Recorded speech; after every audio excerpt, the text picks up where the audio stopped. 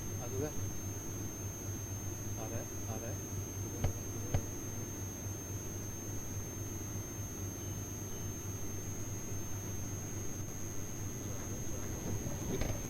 Hello, hello, hello, hello,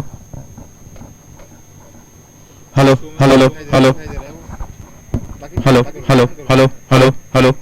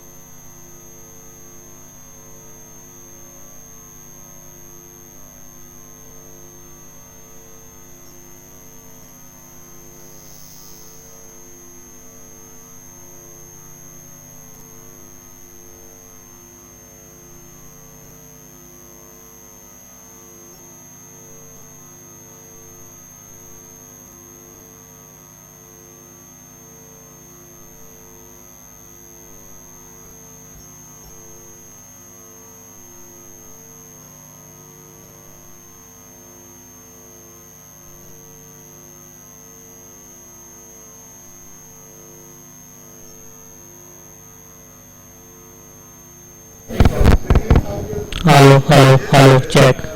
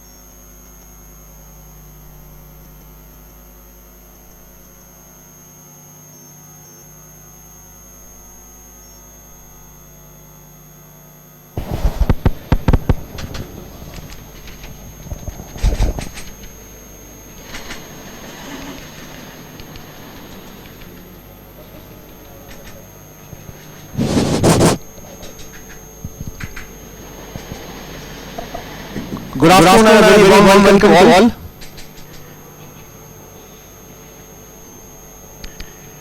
We are joined by Calcutta, Kolkata, Delhi office, Mumbai. Kindly raise your hands. And who else is there? Ahmedabad is there. Shillong is joined by a webcast. It's 5 minutes delayed. 5 minutes delayed. So welcome to all to this town hall meeting. We are meeting after a long time, and we have a full agenda, including address by our CEO, our President, and felicitation of high performers and final awards. But to set the ball rolling, may I request Chancellor Sir, please to come up and give the welcome address.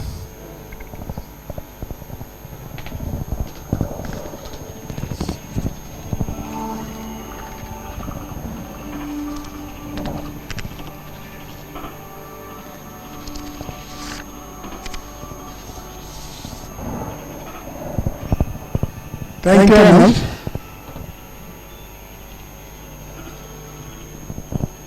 Well, at UPS I am in my 13th year and must be the senior most person around, both in age as well as stay at UPS. So it gives me great pleasure to welcome you all to this town hall meeting. As we are all aware, we are in the midst of the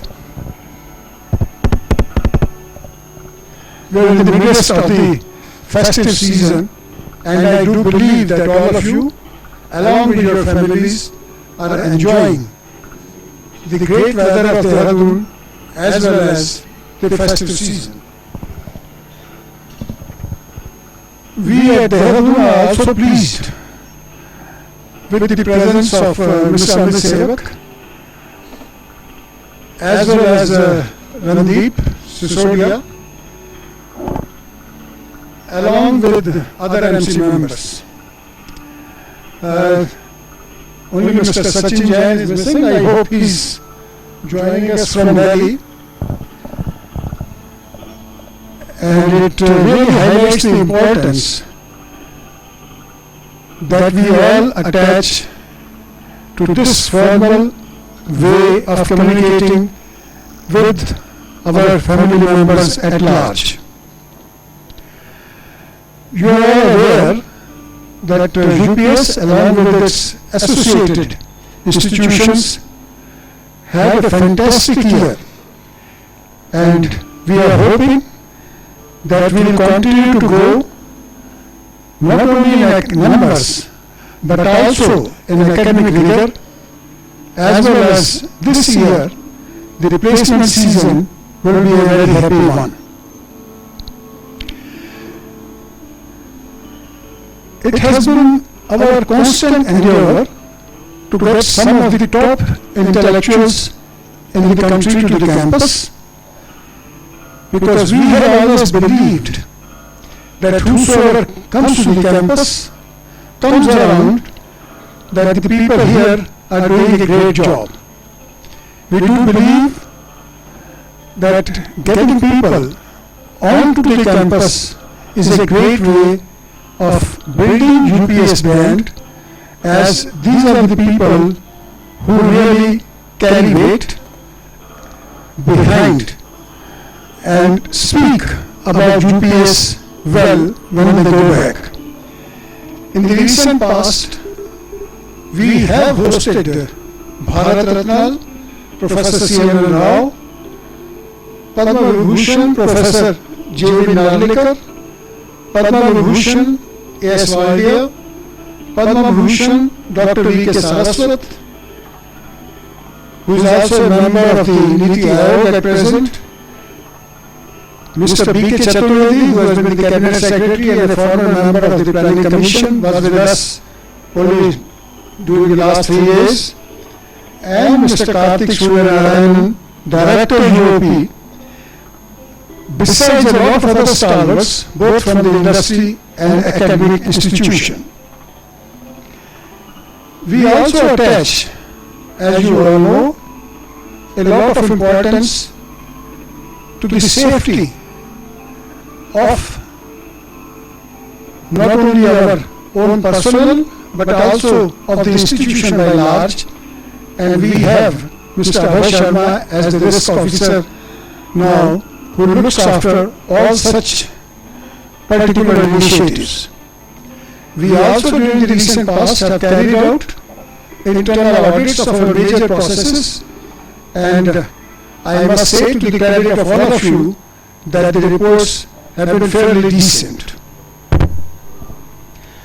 I also understand that we are honoring some of our UPS family members in this occasion for having gone beyond the call of duty, and others who have completed 5 years of service with us.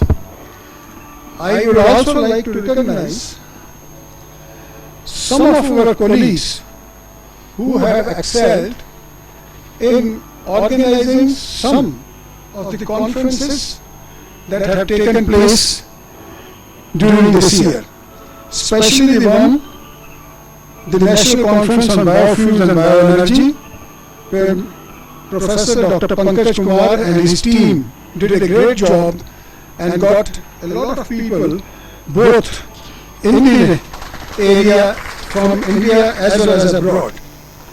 The second one was the International Conference on Next Generation Computing Technology, which was held on 4th and 5th of September, where Dr. Amit Agarwal and his team, under the leadership of Dr. Manish Prateek, did a fine job, and this was the first of its kind to provide an international arena for our people, for a comprehensive community of researchers, educators, software engineers, IT professionals and scholars to share their thoughts and work towards technological enlightenment and growth.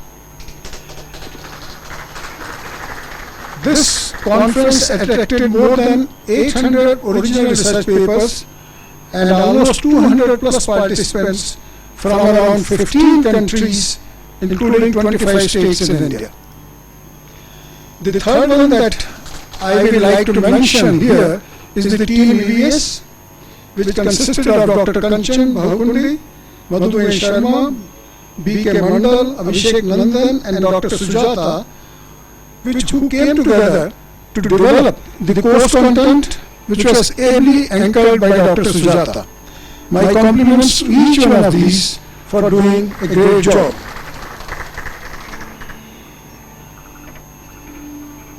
Before I conclude, let me wish all my colleagues at UPS and their families a very, very happy and purposeful Diwali with a long and fruitful association with UPS.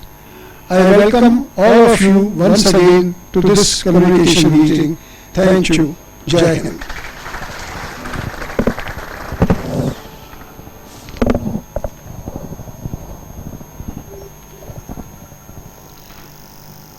May I now request Amit Sevak sir to kindly address us.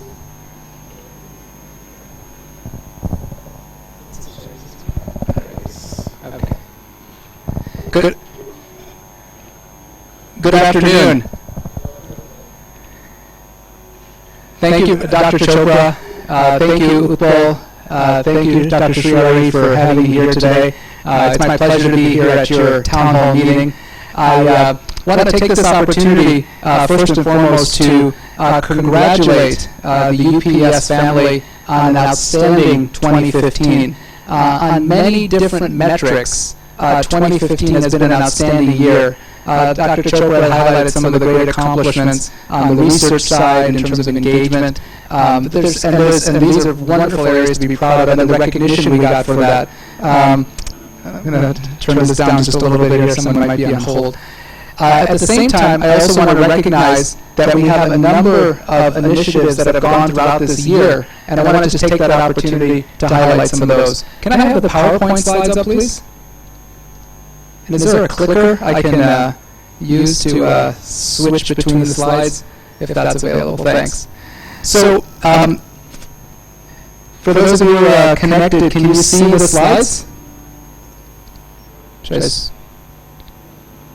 Amal, do we know if the guys connected can see the slides? Okay. Yeah, they should be able to? Okay, great. Okay, great. All right. Well, we're getting sorted.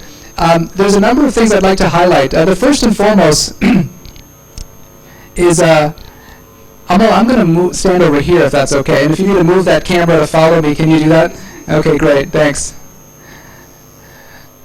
So the first thing I'd like to highlight is 2015 has been an outstanding year on a number of fronts. First, I want to talk a little bit about enrollment, the number of students that we have. We've had a fantastic year this year in terms of enrollment. We had this year 3,600 new students that came to UPS at this campus. That's a fantastic achievement. I want to congratulate each and every one of you, and all of your individual team members that have supported that. 3,600 new enrollments at this campus is over 20% more than we had last year. Yeah. So 3,600 new students, 20% growth on top of the prior year, which was also 20% plus growth, means that UPS from an enrollment perspective is very healthy. We have a reputation thanks to the hard work of the academic year that's very strong. Students feel like they're getting a great education, they're getting great placement, and that's being reflected. The hard work that you're doing here in this room is being reflected in the enrollment that's coming in. So that's great news. On top of that, as many of you know, we also have a distance learning arm called CCE, the Center for Continuing Education. That group had almost 1,000 new students this year. So that was another good achievement this year. And we have a gentleman named Ashok Saru that has come on board, that is on UPES team that's just doing a fantastic job, and Ashok is there in the back. Can you just stand up, Ashok, so everybody can see you? So that's Ashok in the back there. And I want to just take a moment to recognize just an outstanding job that he and the team are doing to really build one of the best quality online distance learning platforms in all of India. That's what Ashok and Utpal and the whole team are doing a fantastic arm to extend the UPS offering in the virtual world. Amit is here. Can you stand up, Amit, real quickly? We have Amit Prasad here. He is the new head of sales. He is partnering with Bharat and the team there. And he is going to be take us to new heights in enrollment, and we'll come to that in a minute. So welcome aboard, Ashok. So we're having really an outstanding year here today. Let me just see if okay, great. Okay, let me just take a minute now to actually give some context there.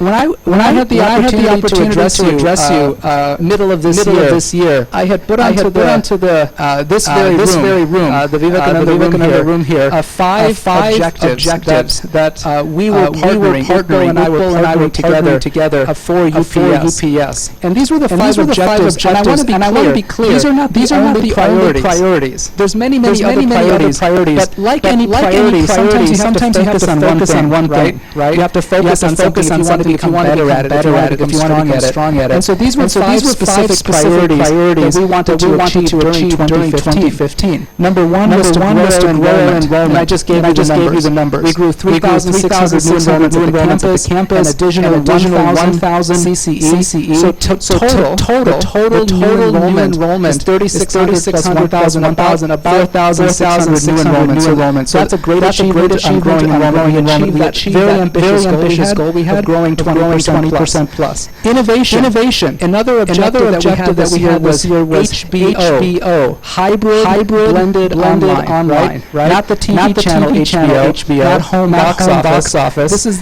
the initiative that we have to really start to introduce e-learning into the way that we operate. I want to recognize and acknowledge that, like any new initiative, we've got bumps in the road. Like any new initiative, it's not always easy to make changes. And as many of you know, I served as a teacher in international relations for several years. And for me myself, when I had to first do an online course or a hybrid course, it was very uncomfortable. I didn't like it. I preferred standing up here and being the lecturer. I preferred having everybody hear my wisdom because I had something to say, and not having to facilitate things through the Blackboard platform through another e-learning platform. And it took me a while to get used to it, but now I love it. When I get an opportunity to teach a lecture, I love having the technology tool to support me because I know that's what my students want, and I know that my students over time are going to value and appreciate digital engagement. I have three kids right now, and all three of the kids spend more of their time learning through digital means than through face-to-face means, because that's the 21st century, with the Generation Y, the Generation Z that's coming up, are increasingly looking at digital means to get some engagement, right? And so we all understand that. So I'm proud to share today that we achieved our objective in 2015, thanks to the incredible hard work, and I want to recognize Dr. Srihari and all of the HBOT and IT and academics and all of the HBO efforts in achieving it.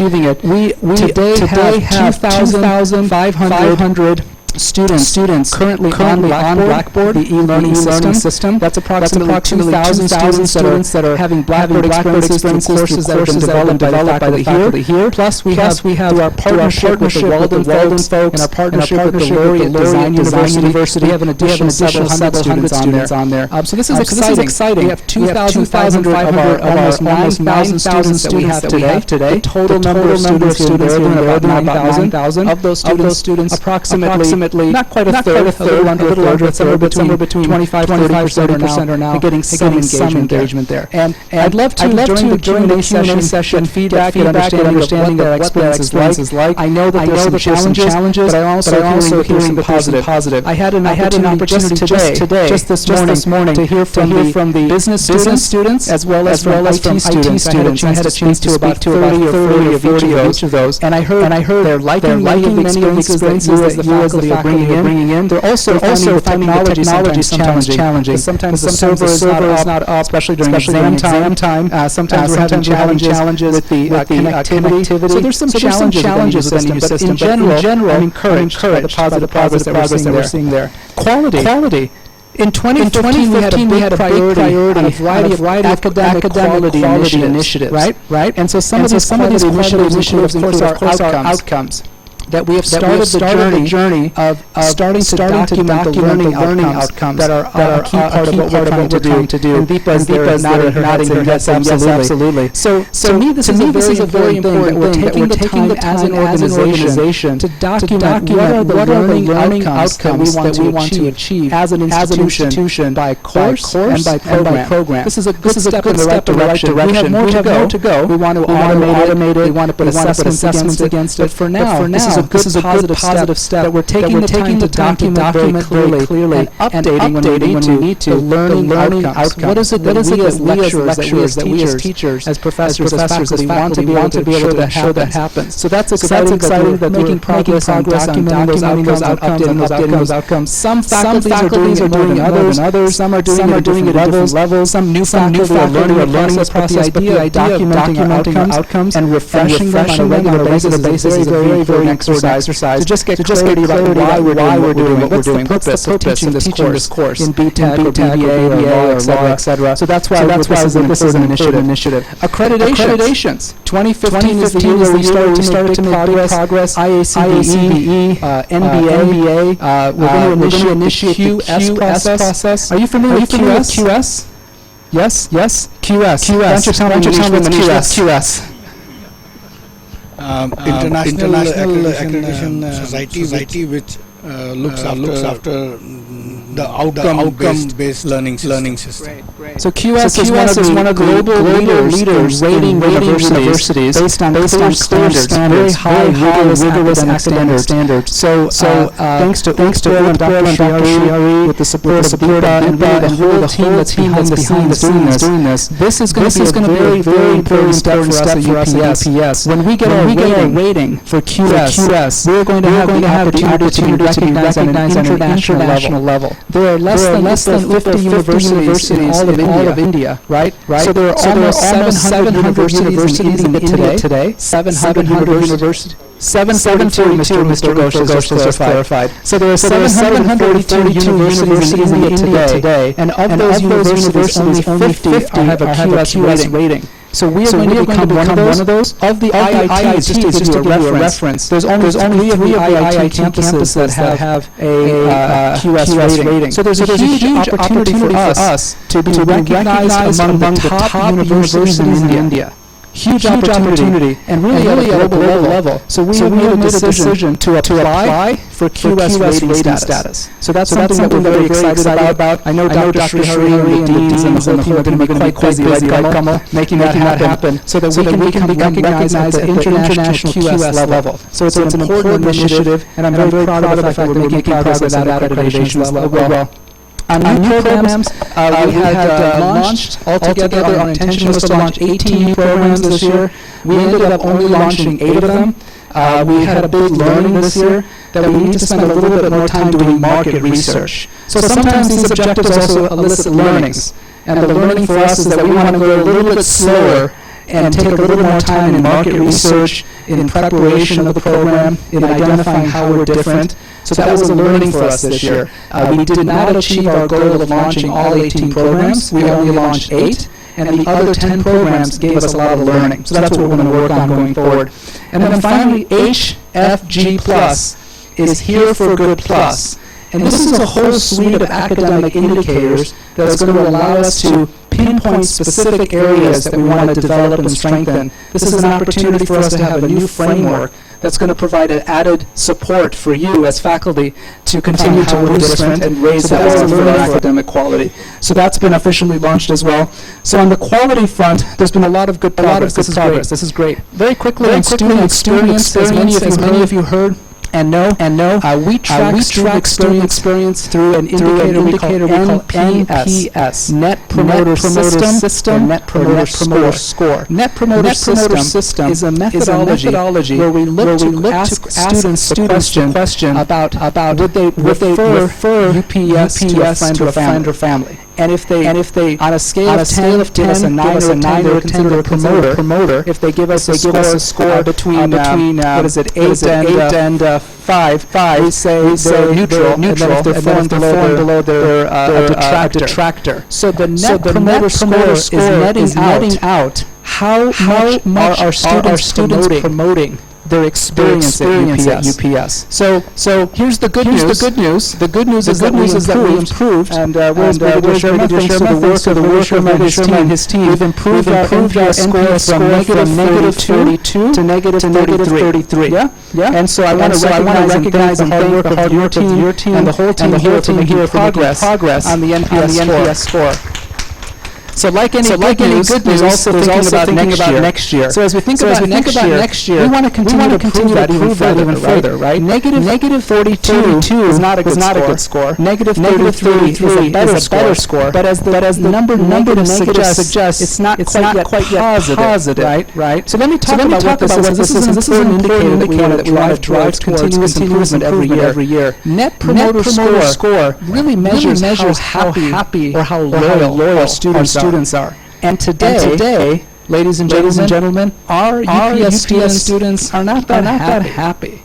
Now, you can challenge that, you can question that, you can say, well, they're happy in my class, but all the other teachers are not happy with, or they're happy in my faculty, but they're not happy in that other faculty. They are happy as first-year students, right? The first-year students, when they come in, freshies are happy. They're positive, at least relatively. But then by the time students become third years at UPS, they become a little bit more negative in their experience. I'm just telling you that this is the reality. And as a result, what we want to do is we want to strengthen that process. Does that make sense?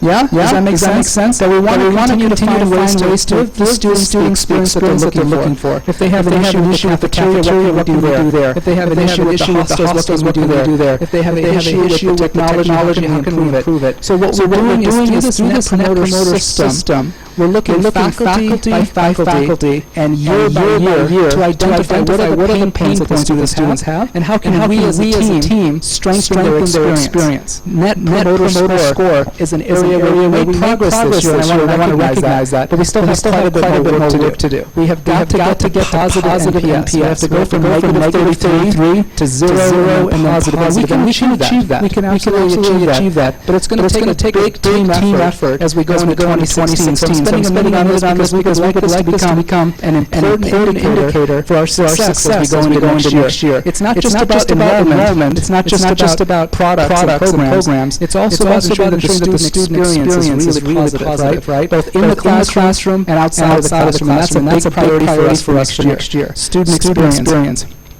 And then finally, we've made strides in talent development. On talent development, we did quite a number of things. We launched the LMPS platform, which allows us to have online learning capability, which is also the FPs. We did quite a bit of black training, if you remember earlier this year. And we also have the UPES initiative, and thanks to the leadership, UPES is an increasingly important part of what we do. For those of you faculty that are new, you may not be familiar with UPES. UPES is, I think, an exciting program, very unique, where faculty members get an opportunity to spend some weeks outside of the classroom, outside of their room oftentimes, doing a faculty internship. So where you as faculty get out there, right? And this UPES program, I'm really excited about. It's an opportunity to really get out there and do new innovative things, get some learning. So if you're a faculty member in a BTech program, you can go out there and do something BTech related, an IT program, a mechanical program with an employer, bring some of those learnings, write a case,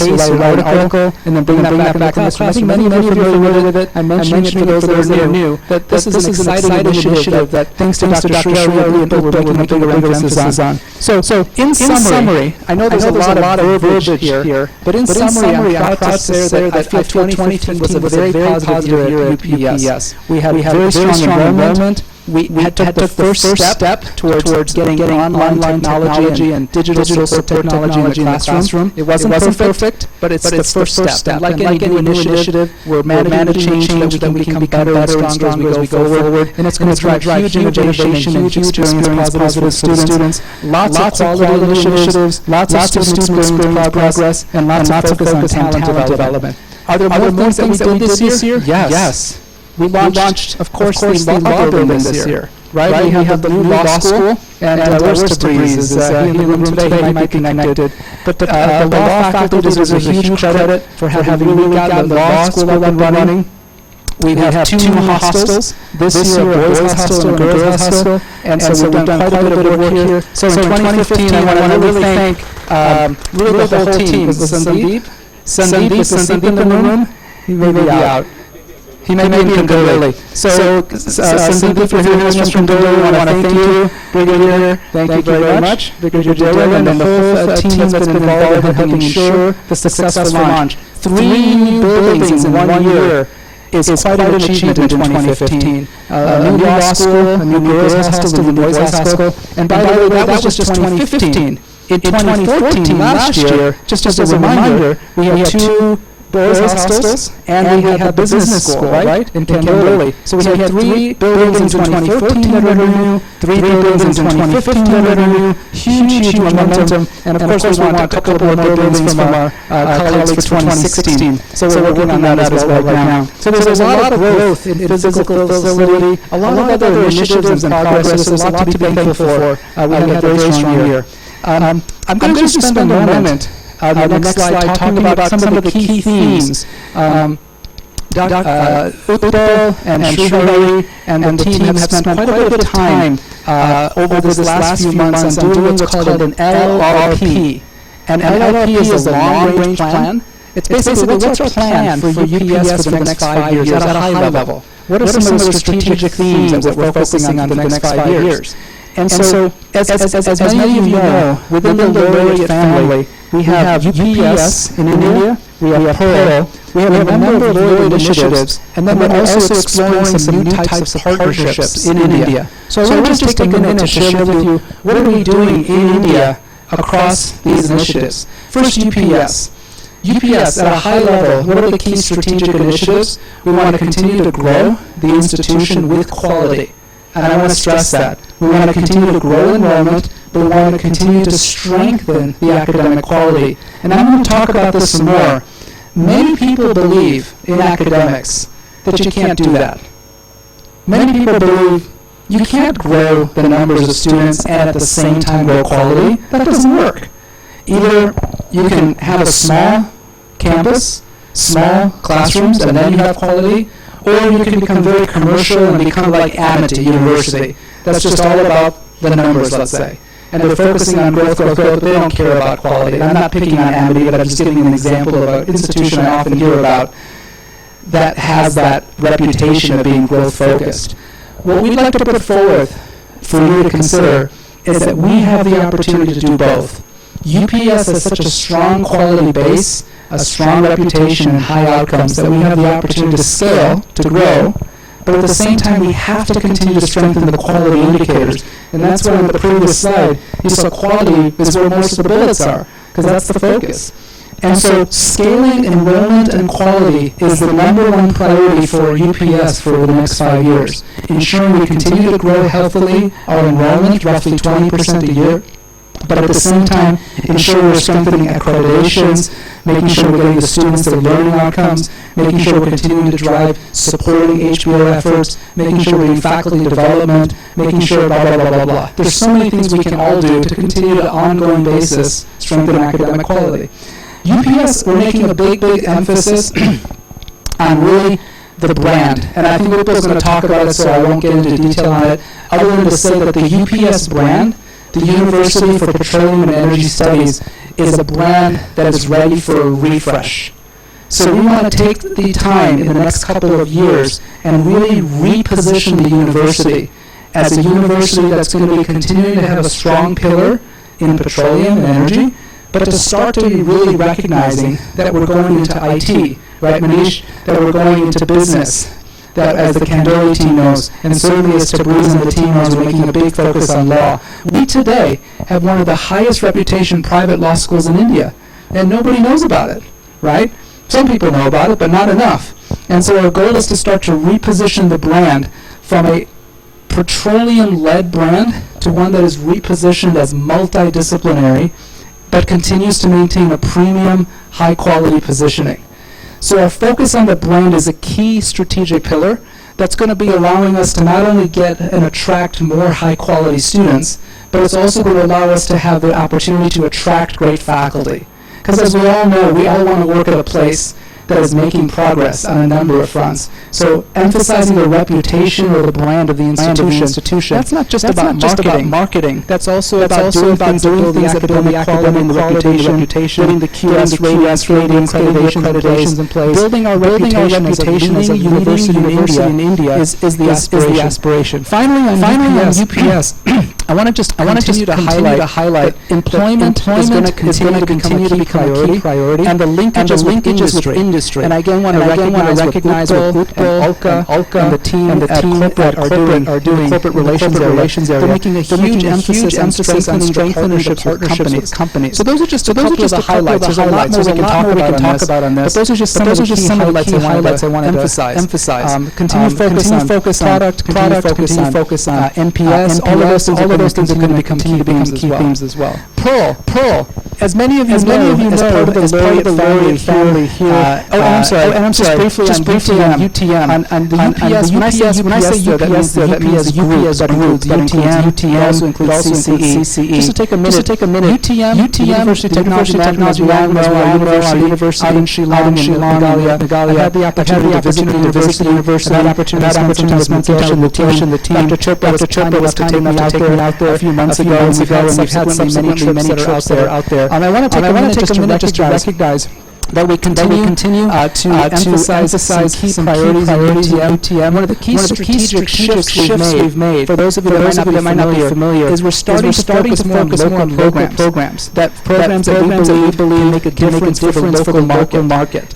In the past, we've made a big emphasis on taking students that didn't get into UPES to go over to UTM, right? We want to start to de-emphasize that strategy and focus more on finding students that can come from the Northeast. So new programs in business, new programs we're looking at hospitality as a key focus. We're launching IT programs with IBM there. So non-core engineering programs, business, IT, hospitality, programs at the Northeast, students, the girls from the Northeast will become more attracted to, and looking at opportunities to have those become the basis for growth there. It's a different market. The Northeast has about 40 million people in the Northeast corridor, different preferences, different mindset, orientation to get out of the Northeast. So we want to understand that market better, provide programs to that market that make sense to them, and help them be successful. So that's our high-level strategy. I'm sure we can cover it in more detail. And then finally, CCE, the Center for Continuing Education, is an area that I'm also very excited about. I just really believe fundamentally that the marketplace in India is going to be evolving in such a way where over time,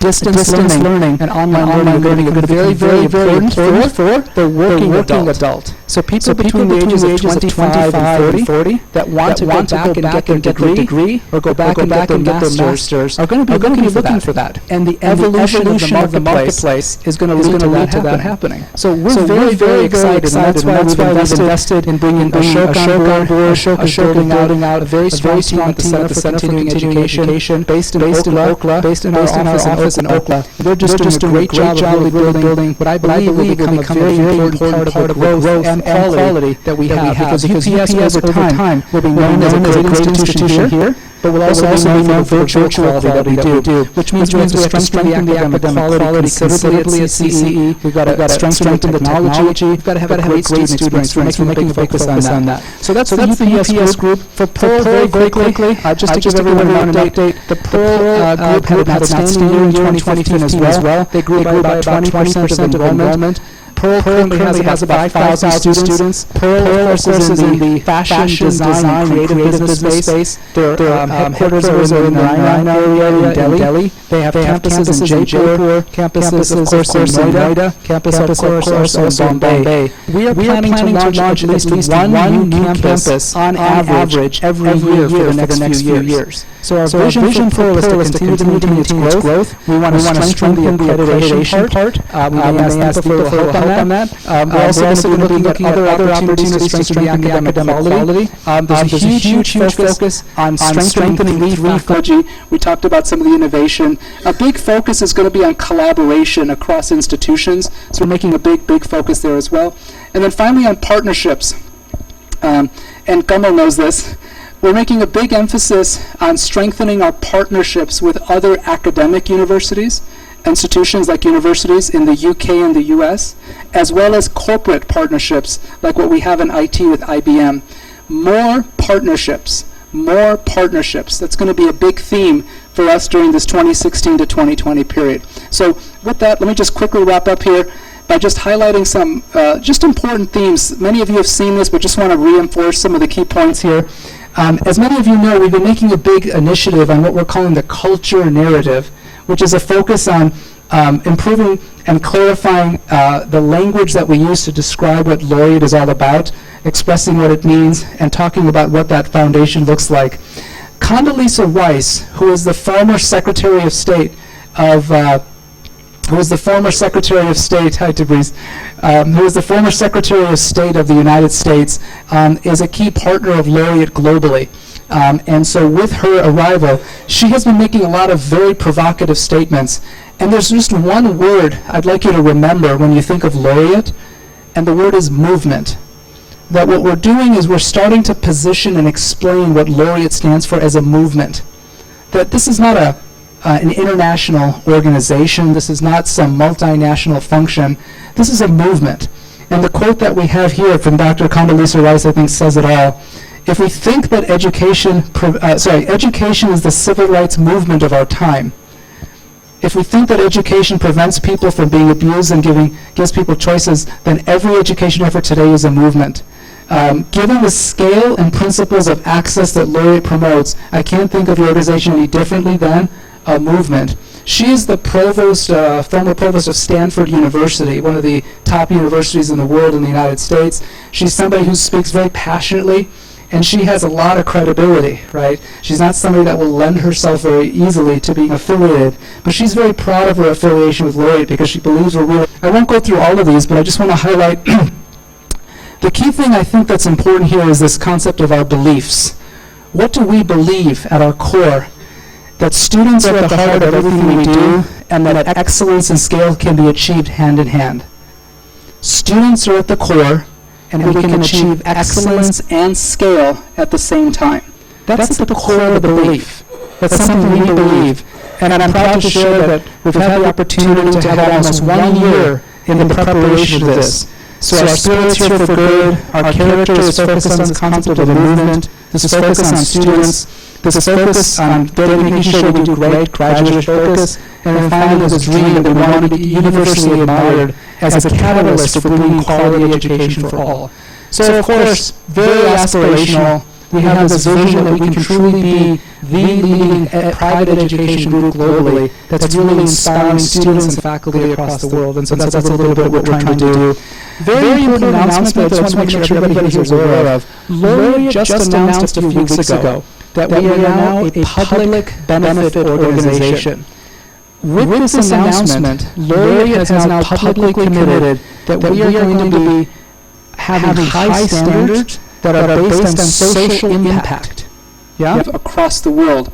So a public benefit organization in the United States is a very high task, and this now makes Laureate the largest public benefit organization in the United States, and certainly the largest in education. So what that means is that Laureate is truly committed to employability, learning outcomes, great impact and experience for our students. So this was certified by an organization called This is the third party that has certified Laureate and said that Laureate is reaching the standard of having this high impact in society. So it's a double bottom line approach. So this is something I'm very excited to share. We've had three people that recently joined us in the region. You may be seeing these faces in the next couple of months. They'll be running around the campus here. Anderson just joined on September 1st. He previously ran the European region, the Middle East, and parts of Africa for Pepsi. And he is very, very passionate about education. I had the pleasure to meet him for the first time just a couple of weeks ago. But also had a chance to meet him virtually, and so we've had an opportunity. Anderson is coming to India on December 7th through the 9th, so he'll be in town in a couple of weeks. And so we're going to try to have him come up here to the campus as well, so we're looking forward to that. Marcus Kaler recently joined as the Chief Financial Officer for the EMEA region, which is Asia, Middle East, and Africa. And so Marcus and I work very closely together. Sachin Jain here at UPS, who's our Chief Financial Officer for UPS, will be working very closely with him. So he's in charge of the finances. So every time... 638. Okay? So give or take. Fantastic. Well done. Can I have the click? Huh? Where's the remote? And how do I click? This one? So as we said, 2015 was truly an exceptional year, and one of the reasons why it was exceptional was we did a fantastic job, and I think there are a whole lot of people who supported this process, but clearly the enrollment and the marketing team, the three deans along with their faculty, singularly contributed in a big way in getting the students in, but we also had great support from Sachin and team in finance, because you have to make that process through. We had Brigadier Hill and team from admin who ensured that processes worked very well, where it was taking priorities for admissions, for hostels, etc., and a whole lot of other people who supported this process. And I can guarantee you, when we took over early in April, we were not very sure, because we were at that point in time 25% below our plan. Forget about exceeding plan. we were 25% below our plan, but come the end of that cycle in July, we were able to not just meet the plan but also exceed. So a round of applause to the entire team for that. So that's the number. The second one, of course, which we always pride, is the employability of our students. In fact, recently I spoke at the London Business School conference in Delhi, and they have done market research of prospective graduate students for the business area of what drives them to do MBA programs. And they said in many cases is another priority, and in most cases the quality of placement internship came number 3. But when they did that research in India, do you know what was the research? The number 1 was placement, the number 2 was placements, number 3 was placements. So, sorry? Quite possible. So in an environment where the youngster is very keen, and there is nothing wrong with that. There is absolutely nothing wrong with that. Saying if that is the focus for the youngster today, there is no reason why those aspirations should not be met. And therefore, if I were to look at our career services team, the PICs and all the other coordinators that work towards this process, it's really a well-oiled machine. It's really a well-oiled machine. I remember when I used to study in IIT Delhi, the professor who was most good for nothing was put as in charge of TNP, they used to call it training and placement. He couldn't teach anything else, and therefore he was head of TNP. But here if you see, the amount of engagement that the academic team puts in to that placement process, engaging with companies, finding what they want, preparing them individually for each of those processes is amazing. And anybody who hears about that says, oh, that's very difficult to do. And that's the reason why we're unique, and we end up having 90% placements as graduates. And of course, there are a few who, for whatever reason, sorry, go back. I've got stuck. Okay. Oh, okay. Yeah. There. Okay. So that's fantastic. And the key thing about this is that the number of graduates going up every year. I mean, to me, a university is just about 2 sets of people: students and faculty. Faculty and students. That's about it. If you have very good students and you have very good faculty, you have an outstanding university. This year, we have as many as 80 new faculty who have joined us. So between May, when we had our last communication meet, and now, we have 80 new faculty who have joined us. One of them has just joined the other day, Dr. Somajit Ghoshal, who comes from, he was the director of the NID in Bangalore, so he takes over as the head of the design school. Welcome to you, sir, and we hope your creative ideas that you have in the area of design something that we look forward to. And like him, there are another 79 colleagues.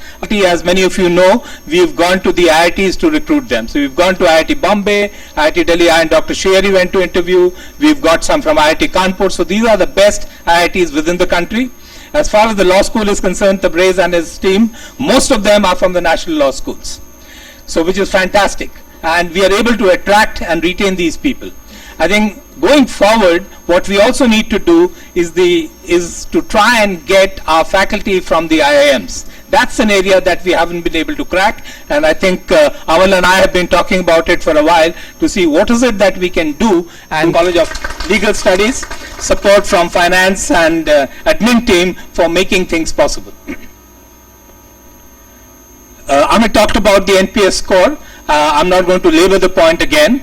And my suggestion to Dr. Srihari and the team would be, going forward for 2016, each of us must look at our own group's NPS scores and take it as part of our KRAs to improve. So for instance, if you've improved from 32 to 25 this year, there is no reason why you should go at the UPS number. So you should look at your own specific numbers going forward.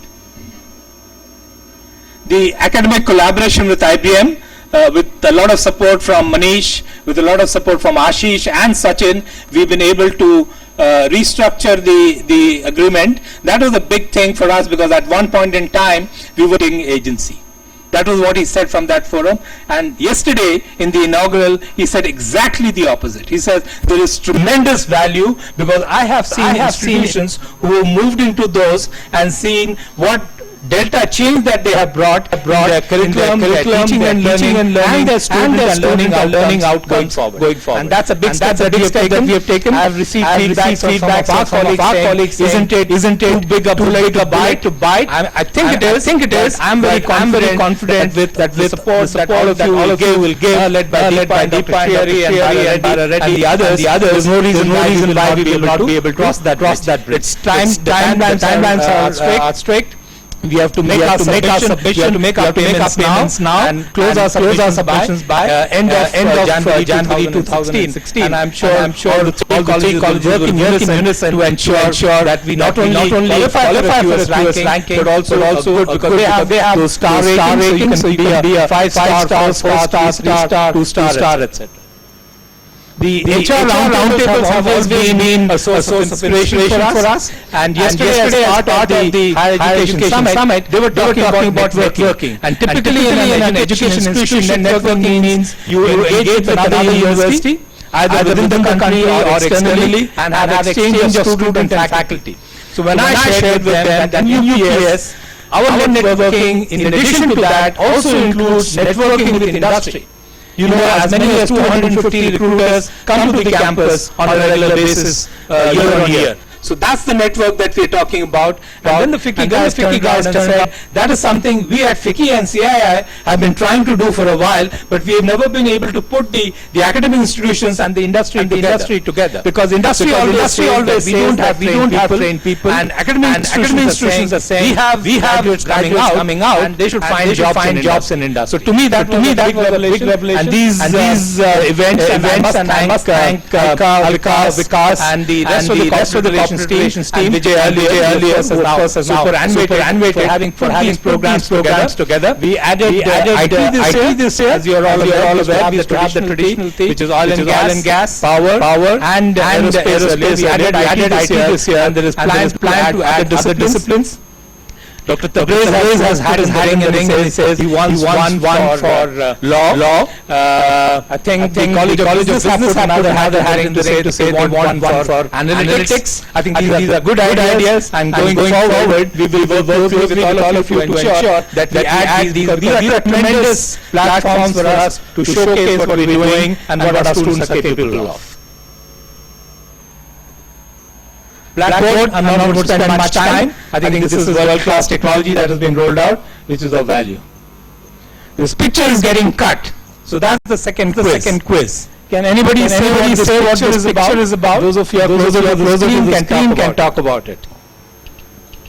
What is this picture about? Sorry? Outside the campus view. It is a campus view, but exactly what is it? Any idea? Sorry? Yeah, it's more specific than that.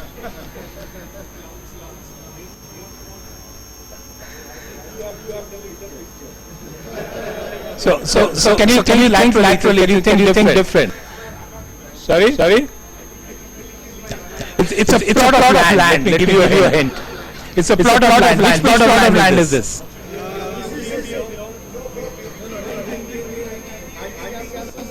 Fantastic. Round of applause for Manish. So this is the plot of land that we have just acquired, and Abhay and Sachin and all the other colleagues of mine, including Pankaj Bartwal, have been instrumental in putting this together. We got the registry done last week. So this is the additional plot of land outside the new food court that we have, which we have acquired as part of our campus. And going forward, this will be another piece of land for us to build on. Okay. So Manish, you get the prize. Yes. Moving on. The HBA piece I will not repeat again and again. But one thing I must say is. I think the way we have taken to HBO is almost like fish taking to water. And at that point, just biking along in life rather than being on a roller coaster.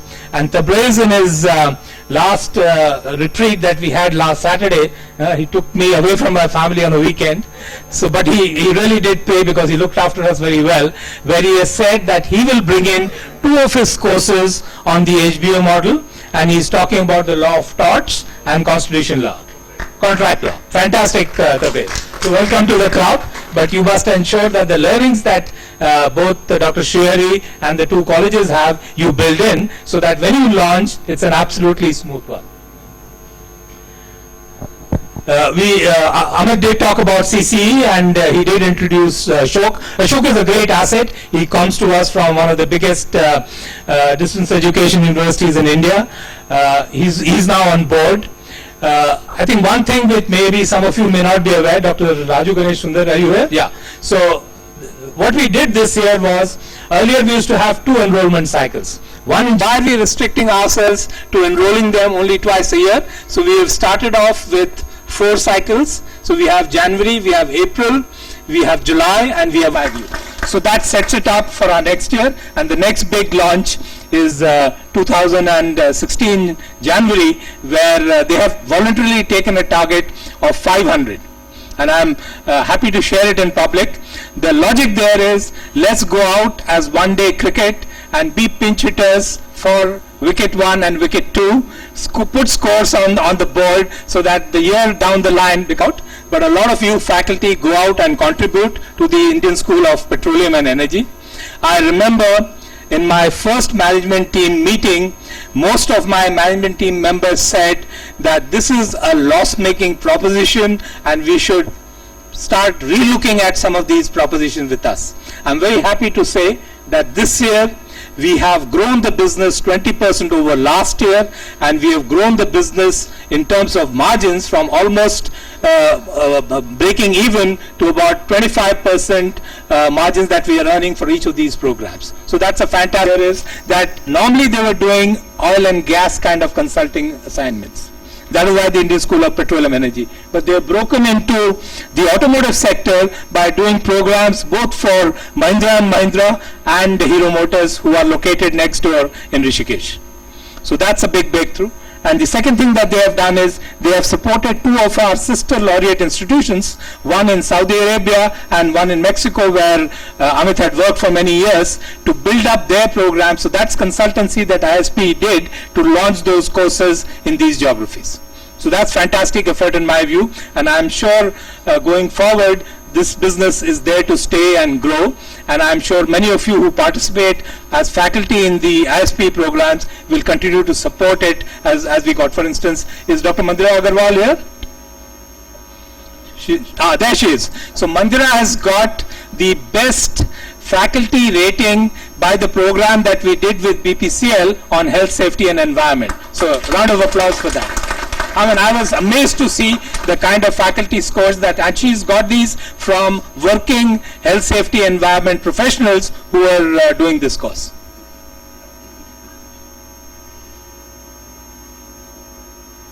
Last but not the least, I think a university is about students, as I said. I've talked a bit about the faculty. Our students have done great jobs. And 2 things that I want to highlight. I'm sure there are a whole lot of other things. Today, Sudhir Joshi was talking to me earlier in the afternoon, and he was to now prepare for the December cycle, where the next round of the Lockheed Martin event is, where the prize is what, 50,000 US, Sudhir? So I'm sure our students will do very well. 2 of our MTech students got these fellowships from the universities in France, which is a great scholarship to win. And last but not the least, law school has been on the forefront. So this year they have won as many as 50 national and international awards throughout the year. The icing on the cake, of course, is participating in this IPR moot at King's College in London. I don't know what the outcome of the results are. If it is good, please share. If it is not, we'll talk about it later. But the fact that for the first time UPS is participating in this event and reaching the global rounds, that itself is a fantastic achievement, and I'm sure these students deserve that. And I'm just going to share with you in a minute. His name is Dr. Antonio. and you can read his CV a bit. Many of you who are from the petroleum and earth sciences will relate to this CV. Professor Mishra is here. He's from the Colorado School of Mines, and those of you who are familiar, Indian School of Mines is largely based on the Colorado School of Mines model. So he comes from there, and he has an excellent track record. He's done 2 MS degrees, one in the US and one in France, and followed it up with a PhD. And he's, sorry? That's right. He's coming as well. I'll say that in a minute. So he's going to be the person responsible for supporting the engineering vertical. And if you see UPS, engineering vertical is one of our biggest verticals. So he's going to support us, and as Amit just mentioned, he's going to visit us in India in January next year. And what is his goal? His objective is to ensure that the collaborations happen, the innovations happen, and we eliminate the best practices in a manner that Francisco Gutierrez, who many of you may not know, he is responsible for the health sciences vertical, and he has done a human service to the Lorette group for the health sciences vertical, and Dr. Antonio is going to take a page out of that same book and ensure that the engineering piece and the IT piece is run by him. So we are all looking forward to the visit early next year, and I'm sure Kamal and team will work closely with him going forward. So let me kind of pause a bit and shift gears. So we've had a fantastic year, but obviously life goes on and time moves on. In fact, they say time stays, we move on. So 2016 is going to come. So if 2016 is going to come, I'm not going to scare you with targets and numbers at this stage. That we will do for a later date, and Deepa and Randeep have been working on how to write your KRAs professionally, etc., etc. So what I'm going to do is I'm going to share, and for those of you who are part of the APRM, I'm sure it will be a bit of a repeat, but we did a quiz earlier in the afternoon, and we found that 3-4 of us did not remember what this stood for, so it's good to have a recap. The model that I'm going to share with you is called SOAR. You understand SOAR? SOAR as a big, large eagle bird. What is the key thing about eagles? That they have distinct vision at as high as 4,000 to 5,000 feet, and they can actually see an object on the ground and come and take it and fly out. So that's the analogy as far as SOAR is concerned. And obviously, like most things within the laureate, it's an acronym, and I'm going to explain to you what that means. And this is I fell out of the number that I could put it in SOAR. So Randeep, new tasks that we can add on. So thanks Randeep for that idea. So what does SOAR stand for? The first one, of course, is strengthen enrollments. We did a fantastic job last year, 2015, but we can't rest on our laurels because the competitive scenario is changing. And I can tell you in 2015, there have been many universities across this country who did not fill up their seats.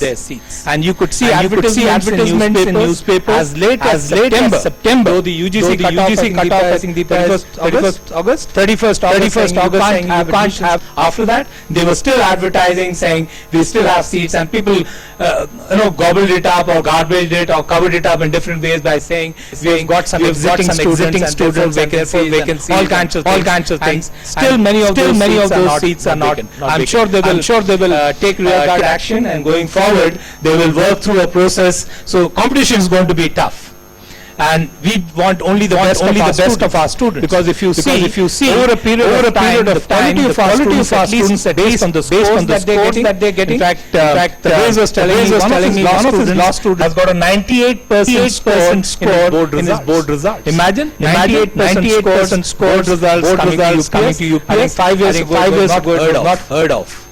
Okay, we were thinking of looking. That's right. So that's the big one. We need to expand the portfolio, as Amit mentioned. We need to move from the 88 programs to the 94 programs, and we will need a lot of support from the deans and the faculty to ensure that we target the right segment and get them on board. Because one of the learnings from last year was we went to the market late. Two, we were marketing these existing programs just as they were established programs, and therefore the traction did not happen.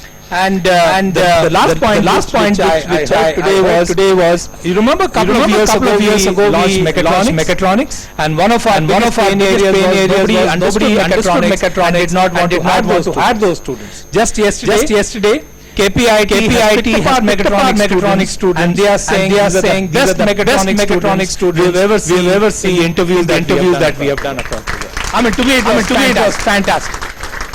However, they also said a small thing which we need to sort out, and I've shared that with the faculty, that while our electronics students they have hired are good, but they need to improve on some of the fundamentals of electronics. And I had a chat with NP Sony, and maybe Kamal needs to take a note of that, saying between now until the time they graduate, give them those additional classes, because these are things that they have done in their second year, and they have forgotten. So they need to revise and redo that and build those concepts. And maybe Piyush Kuchal can support in that process. So that's on strengthening the role. That's the first S of SOAR, and I'm sure all of you are remembering it like good faculty. The second one, of course, is operating efficiency, or to operate efficiently. We all know that real estate is prime. We only have 30 acres of land here. We don't have. That's where the operating efficiency comes in. So one is to ensure that we optimize the current campus operations. And earlier in the day, we had a meeting with Dr. Banerjee and team,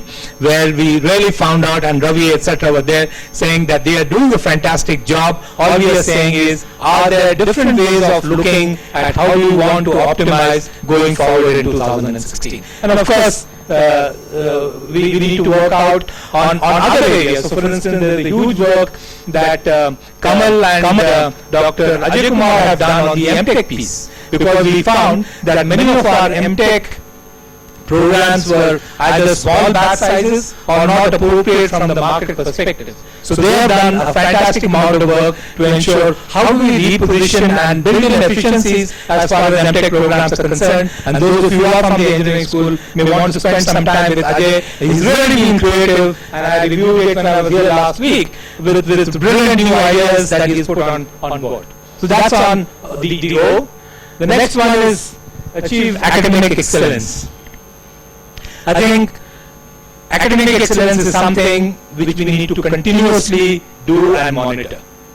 You need to constantly run to be at the same place. That's what academic excellence is about.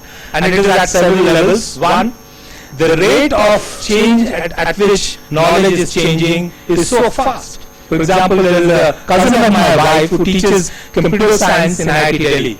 He is, I think, 41 or 42, so not very old. You know what he says? He says, anything that I teach today to my IIT, or the test of how people know. So one of the tests that I use when I get down at the Dehradun railway station is ask the auto guy, even if I have a car to pick me up, and I ask him things like UPS, and he looks left and right. I tell him University of Petroleum Energy Studies, he still doesn't understand. But when I use the word petroleum, he knows where to take you. Even if there is another petroleum. So the point I'm making is, obviously our brand is known for certain verticals. That is how we started. No issues with that. At no point in time we are saying as a strategy we are leaving that vertical. That vertical is very strong. We like the vertical, our students like the programs, our recruiters like those programs. We need to continue to reinforce that bit. But we also need to reinforce the other pillars that we have launched. So petroleum is only 5 or 6 of our programs of the 94. There are those 89 programs that we have which come across the different disciplines that we teach in this university. And therefore the need for us to ensure that we build this with our patrons, we build this with the industry, and last but not the least, for the working adults, we need to do for the working adults piece. So that's a big challenge, and we all know brands don't get built in a day. They take time, but that time should not be 25 years. I think it should be more single digits, lower single digits is what. So I can't. So Bharat is working on a team. I am Amit and Bharat were in a program.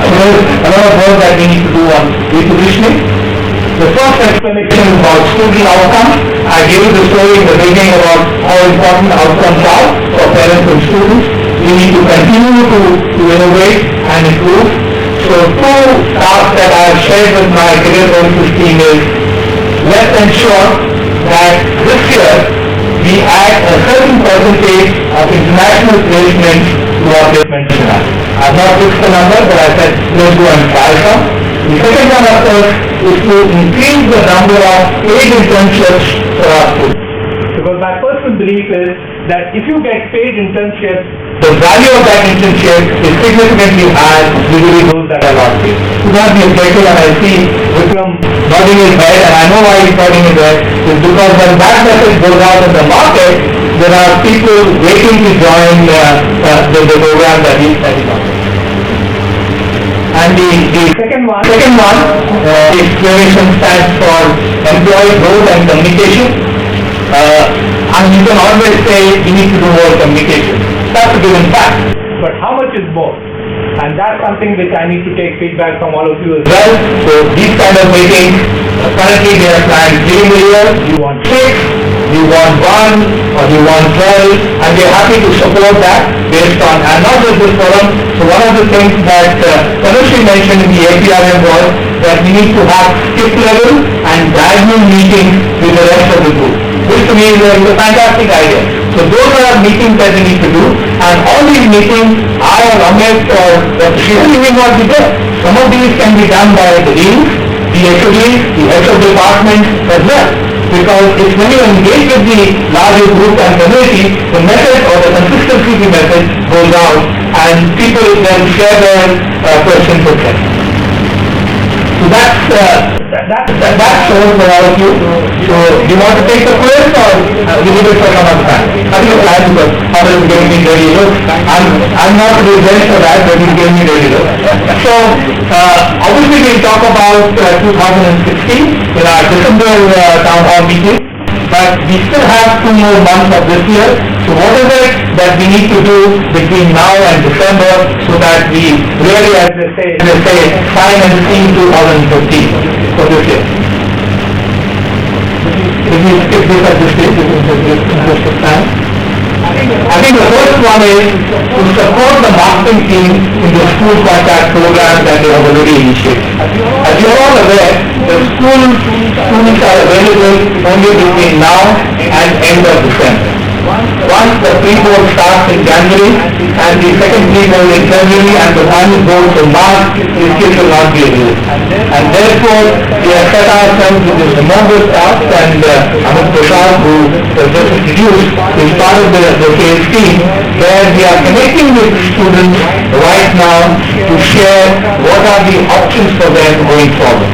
And the goal is to go out and seek 26,000 leads from schools, and that's a big step. And what the key to the success in my view is the quality of the presentation that the faculty make to these prospective students. I'm seeing that the child on his head, because they are the ones who then excite the students about, one, the type of program, and then of course which university to go. So my suggestion and request to all of you is please support Point team. I'm sure you do, but ensure that the best person goes and makes these engagement calls so that we can ensure that we meet our plans for supporting the school contact program. The second one, of course, is even more important. As many of you are aware, the MBA market is almost flat. The cash takers actually have been declining, though the decline has been arrested marginally this year. And the MBA enrollment is a rolling basis that we do, based on the different batch of the different months. And Bharat and team look forward to specific things that they need to do to ensure that we get enrollment in the MBA program in all the 4 or 5 cycles that we are going to address them. So that's the second one. The third one, of course, is very, very important, which is we have 1885 students who will eventually graduate. So if I talk to my career services team, their number is close to 1650. And they say these are year-back takers, these guys are not qualified the exam, etc. What I told them, assuming everybody clears the exam, was a scramble. So we just need to place only the balance 85 students between January and May till the time we have a conference. So that's the third thing that we want to do between now and the end of the year. The fourth thing, which is very important from a teaching learning perspective, is to ensure that you just finished or some time ago finished on this semester exam. So still the balance half of the semester that's still left, and that's when it peaks up. Because normally when I was in the campus, I used to find 40% of the syllabus covered between the beginning of the semester and the mid semester, and the balance 60% of the course ratios between the mid semester and the end semester. I'm now going to ask you how much have you completed at this stage, but I'm sure whatever you have between now and the end semester, you ensure and confirm and commit that gets delivered to quality between now and the end of the semester. In fact, just earlier in the day, I was really happy to see a bit of email exchanges between HR and the College of Business. And the College of Business is saying, we will not stop teaching because of your Diwali Bhavata. You do what you want. And these guys are saying, yeah, but you need to participate, etc. And those are healthy debates to have.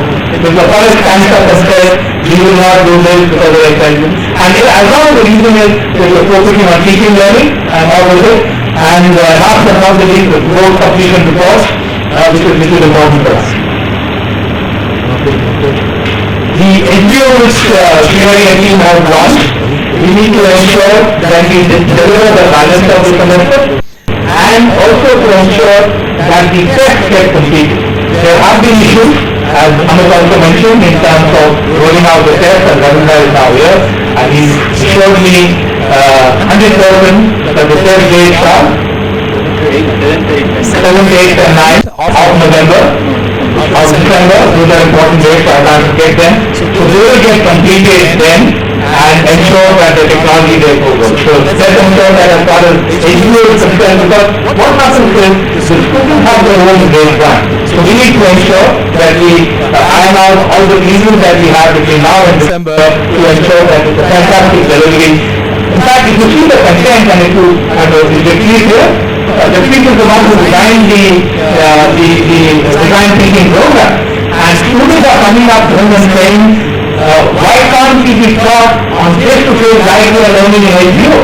So they are actually giving the other feedback saying, this is so participative, this is so involving, this is challenging our intellect, we are engaging and we are getting feedback from the faculty, etc. So we are turning the table around and saying, why can't our regular face-to-face classes be as exciting as they are doing design thinking on that? This is to me a fantastic news.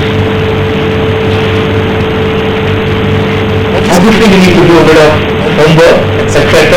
So I'm going to share with Dr. Sriyari, and we had a conversation earlier in the day about what my KRAs are going to be, and based on that he will set out what his KRAs of 2016 are, and obviously they need to be aligned. And going forward we will publish these for at least the heads of departments to know what my KRAs are and what Dr. Sriyari's KRAs are, and from those the three deans, etc., and the other directors will derive their KRAs for 2016, so that we are very clear going ahead as to what is it that we are expected to do and deliver in 2016. Okay, so that's something which we will finish between now and middle of December, so that when we meet for our town hall in December, this is all clear and I can share what is our agreed aligned KRAs for 2016. Make sense? Okay. Last but not the least, our finance colleagues are very clear, saying that we need to close all our budgets and payments for 2015. So some bills may be in the pipeline, some jobs need to be closed out, etc., etc. So please ensure that all the expenditures, budgets, etc., that you had for 2015, and this year I think the finance team has done a fantastic job by publishing every month what was your budget and how much did you spend with a percentage number. And I was very happy. In some cases they were challenged. Yeah, but this is not my cost, it's somebody else's cost, etc., which is good discussions to have. So my request to all of you is that since we work on a calendar year basis, ensure that all expenses that we have incurred in 2015 get booked for 2015, so that when we start 2016, it's a clean slate and a new year. Okay, with that I'll close out by saying the energy that I have at the end of the session is significantly higher than the energy I had at the beginning of the session. I don't know how you're feeling, but at least I'm feeling very, very pepped up. And I'll close out by saying fantastic effort by all of you across the campuses as well as the regional offices. We've had a fantastic 2015, and I'm very confident that 2016 will be even better compared to what we did in 2015. Thank you very much, and have a great Diwali.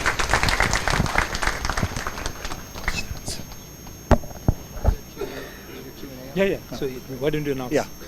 Thank you, sir. Say who you are and give Yeah. the mic. Though we are running 50 minutes behind schedule, but we'll still stick with the schedule and have a question answer session. So here's the mic. When asking a question, kindly identify yourself.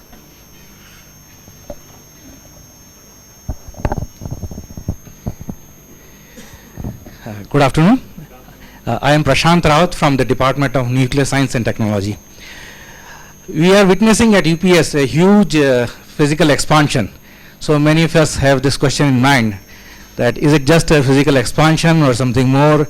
We had this rebranding or something, and you nearly let the cat out. We at least saw the tail, and he said the question soaring, actually, Professor Utpal Ghosh.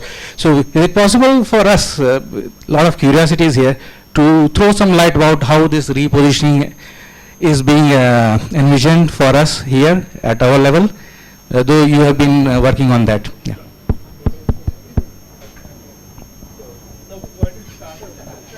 Thanks, Prashant, for the question. Just to make sure everyone heard, the question was, what is the repositioning regarding, right? Yes. So, the brand of UPS today is a brand that means quality.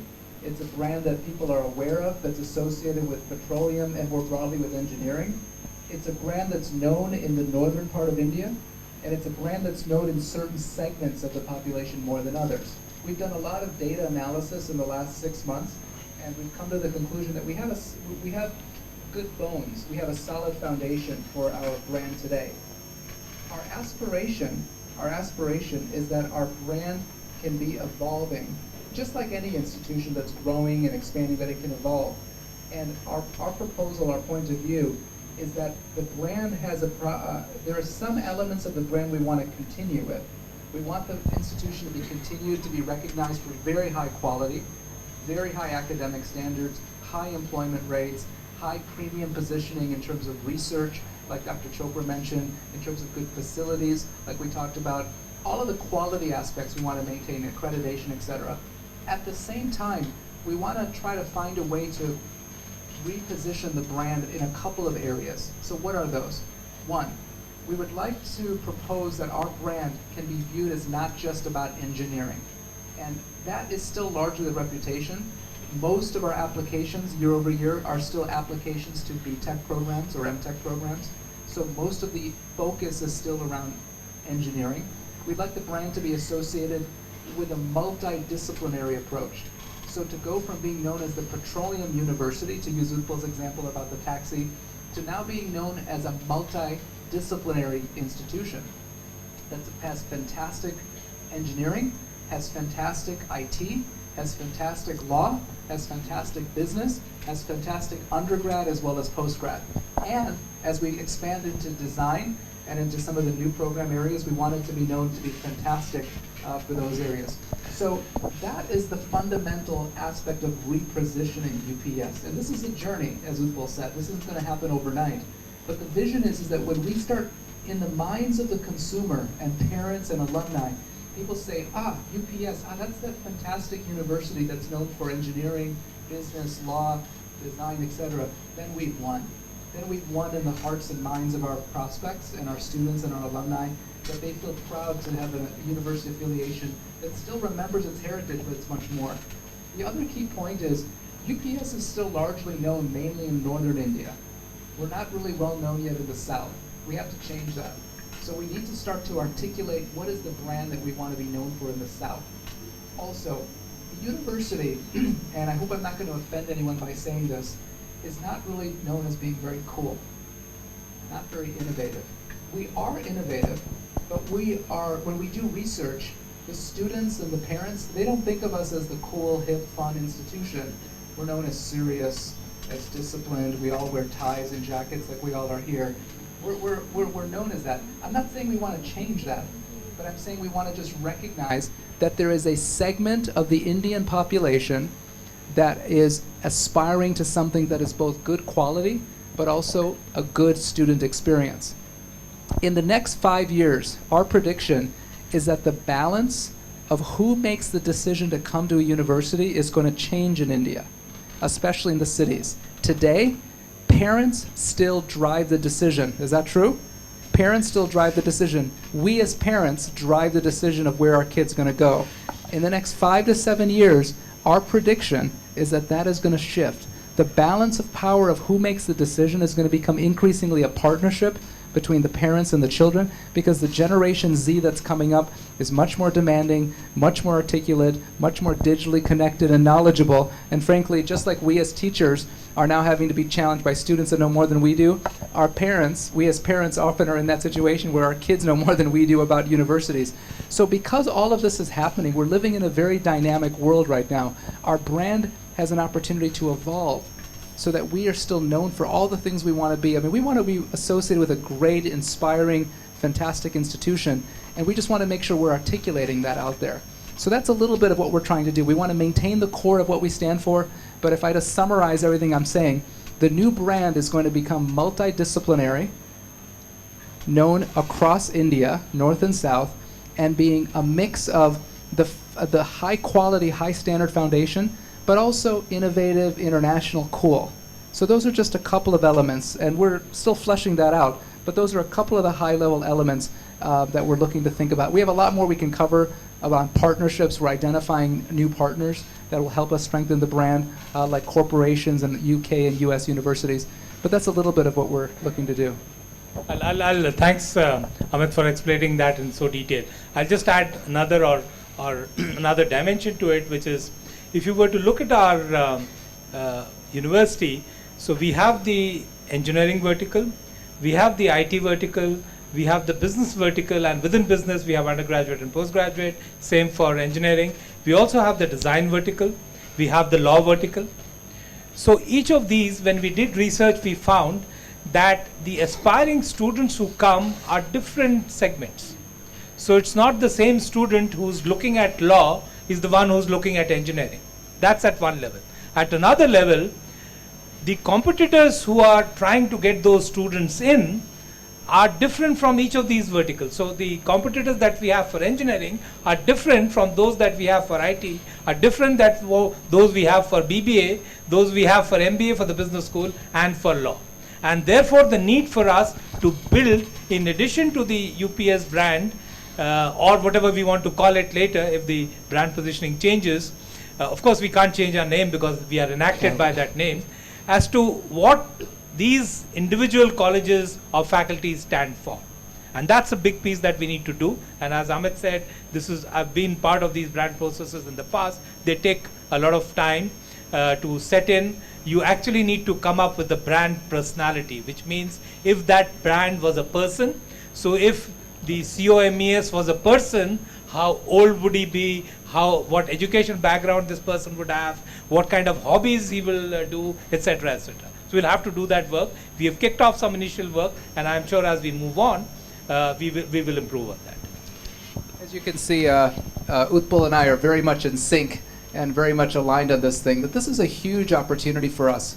And what you can look forward to is in 2016 and 2017, starting to articulate what the institution stands for. What's our purpose? What's our brand promise? What are we here to do? And how do we articulate that in the market? I'm just going to make one request since I'm at this, which is I'd like you to think about it too, right? I think Utpal and I would both like you to be thinking about, what does UPS mean to you? What does the UPS institution, the name, the feeling of this place mean to you? And please share that with your dean, share that with your head, because they're going to be also part of this journey, right? We're going to be looking for feedback from you. We're going to be looking feedback from some of the academic leaders so that we can form it's called an inside-out view, where we're going to be from the inside, and this is actually kicking off in the next week or two, we're going to be getting input from many of you. We want the inside-out view.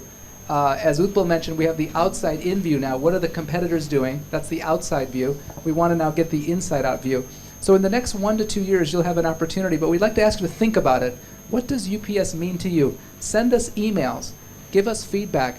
Please share it with Dr. Srihari, share it with Kamal, share it with Tabriz, share it with Anirban, share it with our new dean from design, share it with Manish, Pratik, share it with the team, because we'd like to get your feedback. Your input is going to be critical to help us think about what does UPS mean. This is a very strategic, very important initiative. And as Utpal said, this is something college by college. We're anticipating in the future UPS will have a new brand personality, and then each college will have its own personality because the market, the students, the competitors are different. So it's a very exciting strategic journey that'll take several years.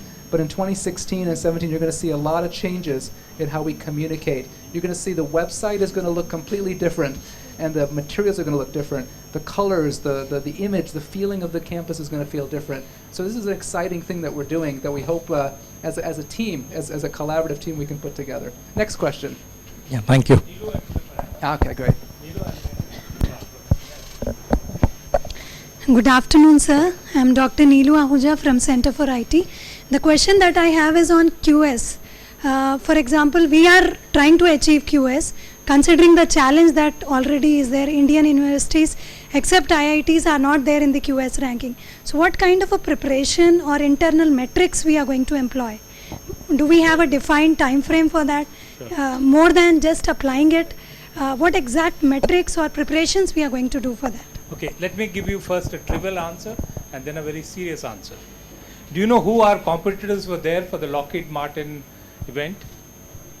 All our other competitors were either IITs or BITS Pilani. And we won in that competition. Okay, so I'm not trivializing the issue, but the point I'm making is you first need to have self-belief as to who you are and where do you want to go. I'm not saying it's going to be easy. I'm not saying we can just walk through, but I'm very confident that given the background that we have built over the last couple of years, and I'm picking confidence from the ISEB person who came in, I forget his name, Dr. Baira, sorry? Professor Danish Gash. He was amazed to see the kind of learning outcome document that we had prepared for the business school. I mean, he was an evaluator. Normally they don't even give you that feedback. So the point I'm making is if we can do that for a few of our programs, there is no reason for us to believe that we can't do it for the entire campus of the university. I can tell you it's going to be bloody hard work. So those of you who get nominated will have to really apply yourselves and work that through. And I'm sure with Deepa and Bara Reddy and Dr. Shriyari and the others, we will put a solid team together. But that doesn't mean others can't contribute. There'll be a fair amount of work, and I'm sure we will succeed. I'm sure we will succeed. If you see the list of the QS, there are 50 Indian institutions, 50, but amongst the top 200, there are only three. 2 IITs and Indian Institute of Science. Okay, so I'm confident, yeah. And if I could offer, just to build on that, Neil, exactly everything Utpal said, I agree with, but just to build on that, one way to think about how we, as UPS, are going to get our QS rating, think of it as 3 phases. The first phase is from now, in early November. In the next 90 days, Srihari, in the next 3 months, in the next 90 days, we're going to be collecting all of the data about our outcomes, our placement, our processes. So the next 90 days is data collection. After the first 90 days, by February until roughly February till April, February to April, the next 90 days, QS is going to evaluate our data and give us the QS rating around April. And then, for the following 90 days, April, May, June, we're going to use the QS rating for our marketing for the July-August intake. So think of it as 3 phases of what we're trying to accomplish in the next, year. First 90 days, we collect all of our input and then submit the data to QS by early February.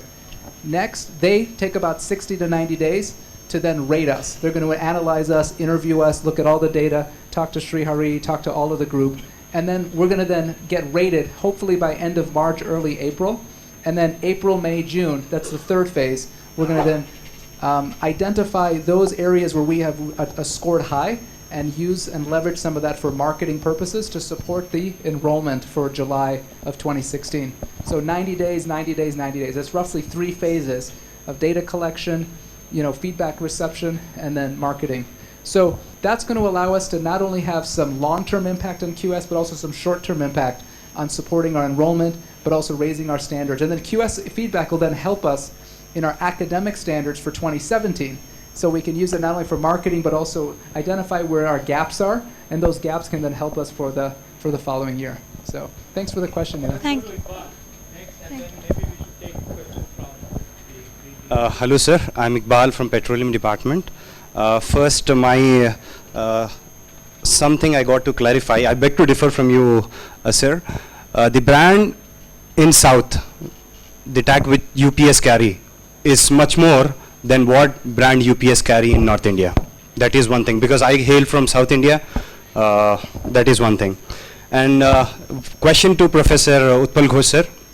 Last time you remember that we had a chat at Ookla office regarding expansion and everything. You said that we are expanding with number, with many things. But still I feel that we are expanding in number, but current scenario, especially when it comes to petroleum engineering, the market is really down. But still intake is much more, and maybe next year it will be more. How could we see with this number of intake, the quality, and with coming to the placement? That's my question. Sure. Yeah. So there are parts of the world which move cyclically. Okay. So as many of you know, that I've worked most of my life in the oil industry. Yes. And since you said petroleum is a significant part of the oil industry. So two things they said in my induction program when I joined the industry. The first thing they said was, oil is going to finish. Okay. The second thing they told me was, this is a bloody cyclical industry. Yes. I think both are correct statements. Yes. But they never put a time frame to it. Yes. Obviously one day oil will finish. Yes. But God knows which generation we are talking about. The second thing they said was, it is a cyclical industry. And I've been part of the oil industry, and I was sharing this with Amit yesterday.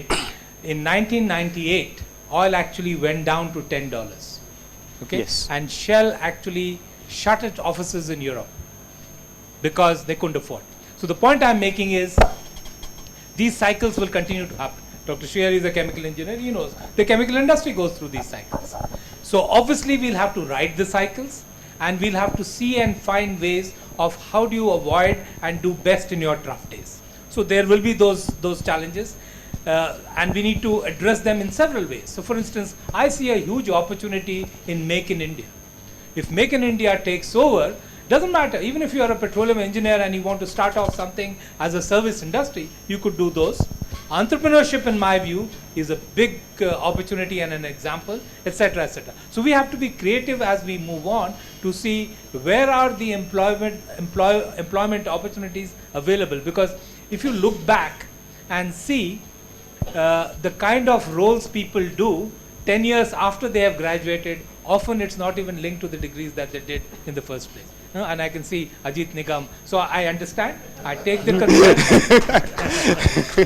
I take the concern. We have to be judicious about it. We need to be pragmatic. The other thing which I think Alka is not, is Alka here? The oil industry said, this is our big opportunity to get good talent. Yes. They are saying it's in a downturn that you can go and get good talent. So we had 6 of the CEOs, and all of them in a public forum, which is our HR roundtable, said we are not going to reduce hiring. Obviously, we need to take that with a pinch of salt, but that's their opportunity to hire. And oftentimes, what companies do is that they retire older talent, they retire people with older technologies, and hiring fresh talent because they are cheaper and they are better. Okay? Yeah, sorry. No, and I want Sir, to before build you on- start, I'm sorry that if you mind that, the first one what I've said. No, Because so- the analysis is that when I remember when Professor Ghosh had inaugurated T-Square, Tectonic Square, where Dr. Siddiqui was, you gave a task to Dr. Siddiqui where he was giving an analysis, students coming in from south, regions from various regions. So I feel that proportionate percentage students floating into UPS from south is much more higher than the other side. Okay, well let me give you the In data. MTech it is there. Let me give you the data. Let me give you the data. So and by the way, I love it when someone challenges or begs to differ, because then it gives a chance for a good dialogue. I think there's a little bit of an academic still in me that I like a good academic debate. Here's the data. There were 3,638 new students. This was the number where we got some chocolates delivered. So of the 3,638 new students, 80% of those students, 80% of the students come from 5 states. Okay? So there's approximately 30 states in India now.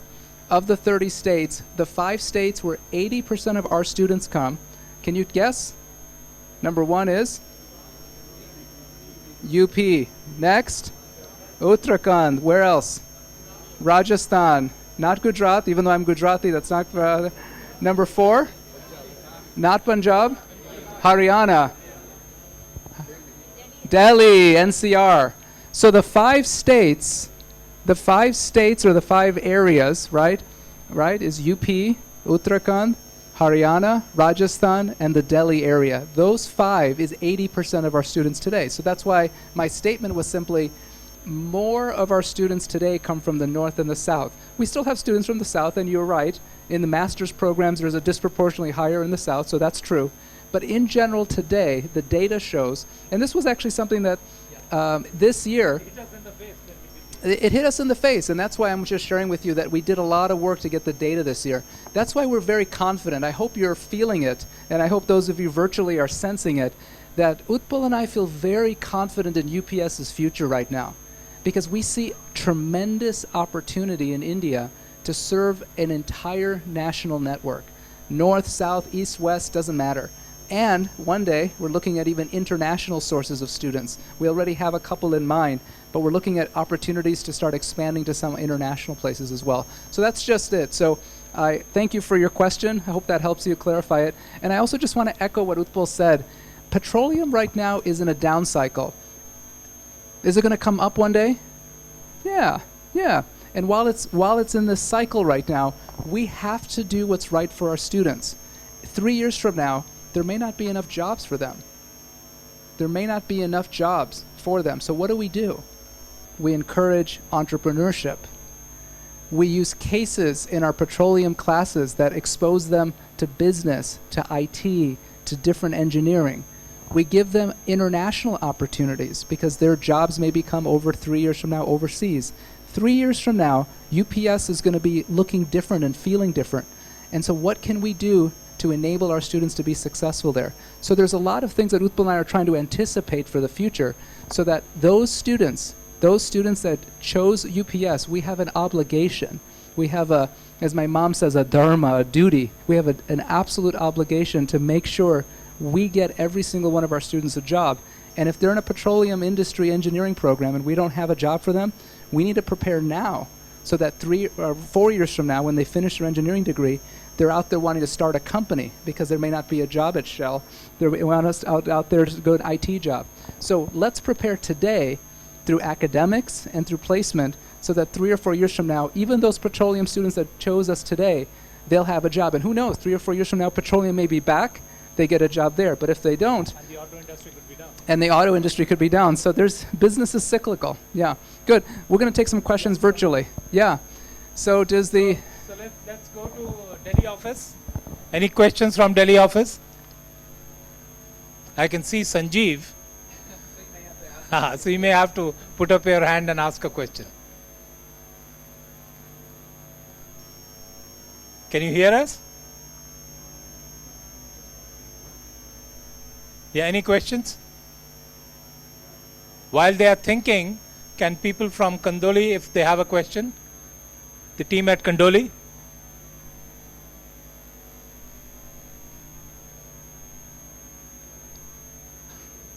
Ahmedabad, Usha, I can see you. Any? Yes, sir, I have a question. Yeah, please go ahead. Sir, I was wondering if you could share what corporate communication is working on targeting and achieving, so that we are able to build on whatever achievements that we had in that direction for all the verticals, be it enrollment or the placements or the SPA, etc. Yeah, so if I were to look at corporate communications, we have a group, but currently that group is part of the marketing Bharat's team. Going forward, obviously there is need for us to build that team in a significant way. and not just do it internally. What many organizations and universities do, that is they partner with a good public relations firm who can operate either on a retainership basis or on a project to project basis. So we are evaluating some of those opportunities that are available. I think at a local level, Arun has just left. I think we do a fantastic job as far as COPCOM is concerned locally. So all our stories get fed into the local press. There's a fair amount of coverage. I think as a next step, what we need to do is to get out and be visible at the national level and eventually at the international level. That's also in a way linked to the brand and some of the work that we are planning to do now. So later in the month, there is a call set up between myself, Amit, Lashwinder Kaur, who you know, and Arun Dan and Dr. Chopra, where we are exactly, Usha, focusing on this area of what is it that we need to do in the COPCOM area. The other part, of course, is, as I said earlier, each of you are our brand ambassadors. So you need to reach out at whatever forums that you have, where you speak, the seminars that you go to, the events that you go to, the companies that you link up with, and the first 2 or 3 minutes, which is called the warming up of the conversation, should always be about brand UPS. Just 1 or 2 sentences to say, this is what UPS is and this is what it does. What it does is that that same person who's trying to give you a training program is a parent, is a buyer, he could be having a son who's looking at this opportunity, as well as, you know, could be a potential faculty in his family, etc., etc. So the point I'm making is we need to be sensitive to this proposition and ensure that we build as we go on. I think the strategy so far that we have worked has helped us to come to this stage, but going forward, given the ambitions that we have, we really need to gear up and address that concern. Want to add something? No, I think that's it. Great. I know we're, thanks. It looks like there aren't any more questions there, so I think on my end, I'll just close from my end by just thanking everybody for your time today. I know we're just wrapping up the session. Just to echo what Utpal said, this has been a fantastic year, really a remarkable year, and we should feel really good to be part of the UPS family. Welcome to the new faculty members and the new staff that have joined this year. I think you're joining at an exciting time. UPS is really on an upward trend on many, many indicators. And but we can always do more, we can always do better, and we're always looking for input and feedback. So hopefully this town hall is a demonstration of that commitment to communicate, to get feedback.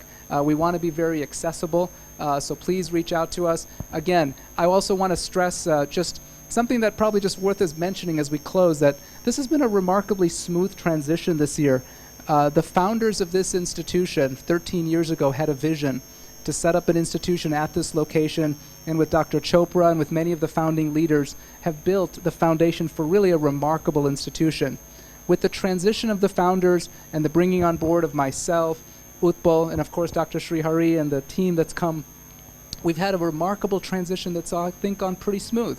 And I just wanted to acknowledge and thank the founders for building this great institution, and for Utpal, for Srihari, for Dr. Chopra, for the leadership team here at UPS, here at the campus, for the deans who I've become much, much closer to. I see Kamal, I see Tabriz, and I'm looking forward to getting to know our new Dean of Design, and certainly the faculty at IT and business. This is a remarkable team that we have here, and I just want to thank and acknowledge the team's effort, working together as a team to really achieve great things.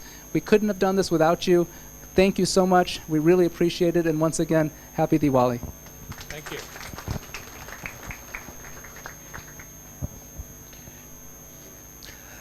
It's time to felicitate our exemplary performers. May I request Mr. Amit Sevak to kindly step up and hand over the certificates to our exemplary performers.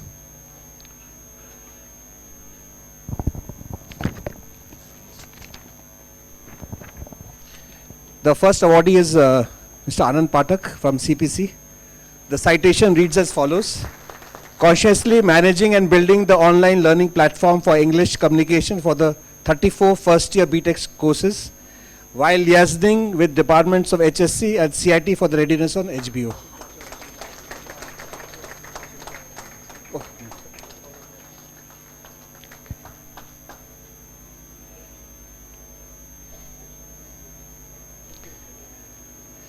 The next awardee is a team of awardees from Physics Department, Dr. Nipani Satyakrishna and Dr. Prashant Mandal, for dedicatedly creating audiovisual demonstration on 15 physics laboratory experiments and uploading them on Blackboard. This has been a pioneering step taken by any department on creation of such quality content.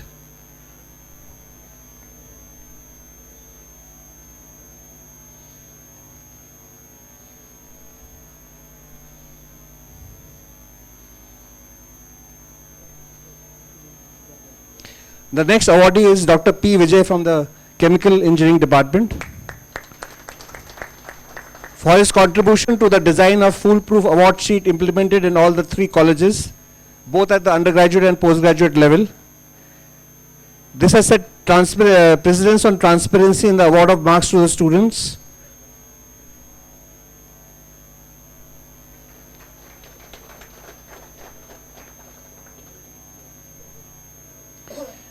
Dr. Vipul Sharma for creating buzz of finance in campus by organizing different activities and organized workshop on financial planning in association with SEBI, and ensured good number of admissions at BBA FSM.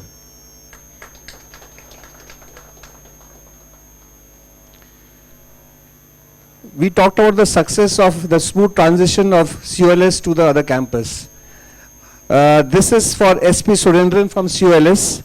Excellent coordination and successful shifting of COLS to Kandoli campus from Bidoli as a convener of Kandoli campus shifting coordination committee. On his behalf, Dr. Tabrez to take it.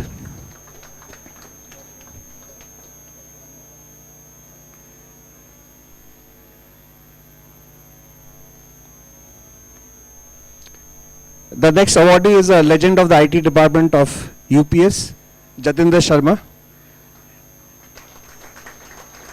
He managed to set up replication of Active Directory for a Blackboard student authentication in a 24-hour period when global teams are working on solving the Blackboard problem. On his behalf, may I request Ravindra to take it.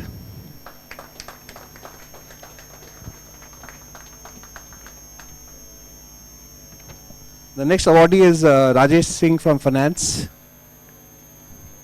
He has done an outstanding job of handling counseling, registration and re-registration of new and old students, besides taking care of CC students and improving the reporting system thereof.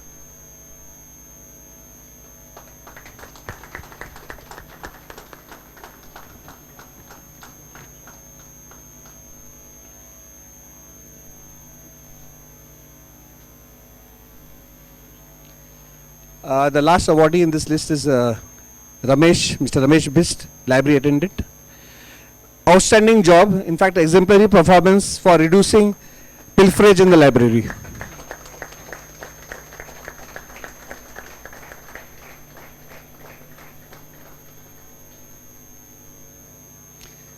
Thank you, sir. Please take it.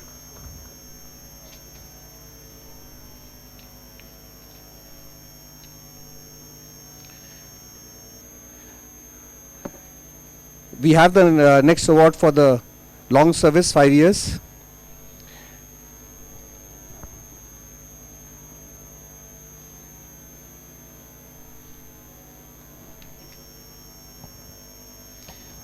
May I request Dr. Chopra and Mr. Uttabal Ghosh to please.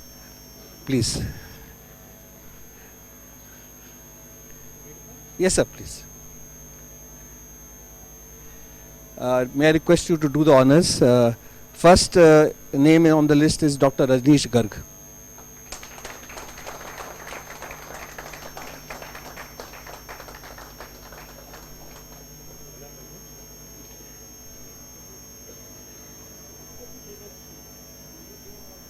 The award. Okay. Endurance. Anshu Paliwal from DSA office.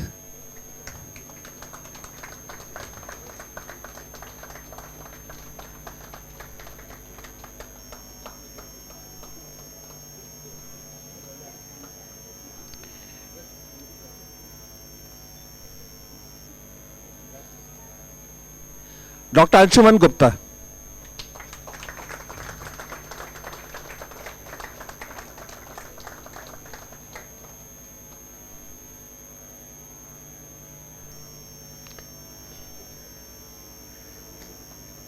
The next awardee is most of the time till recently we used to see him behind the camera. Rana Vikram Singh.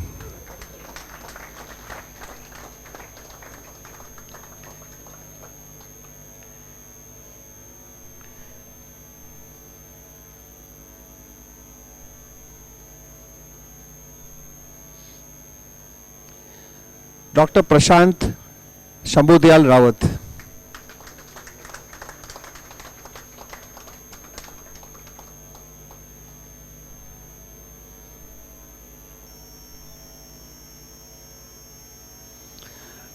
Dr. Nihal Siddiqui.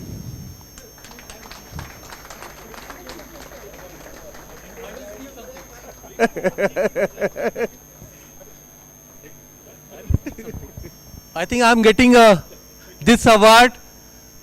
It was supposed to be given in 2009 because I completed 2009 5 years. I joined this university in 2004 and I will be completing my 11 years in 31st of December, I think. So 1st of December my 12th year will start, but because of my sabbatical leave which I took for 2 years, so I'm getting 6 years late. I hope I will get double money. Noted.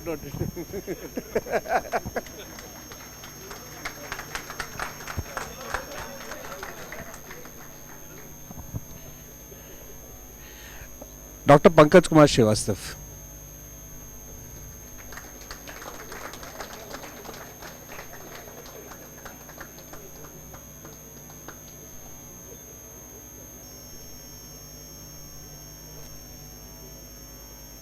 Miss K. Dipa.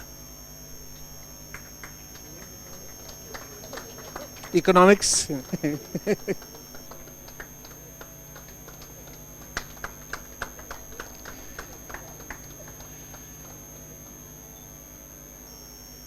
The next awardee is Dr. Neeraj Rawat. I don't think he could make it. He's there. Yeah, round of applause. Dr. Ajit Kumar Nigam.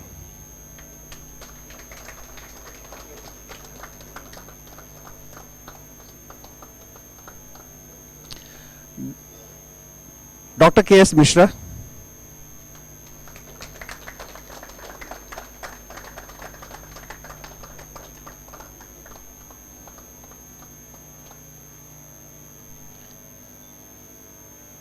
Dr. Adesh Kumar.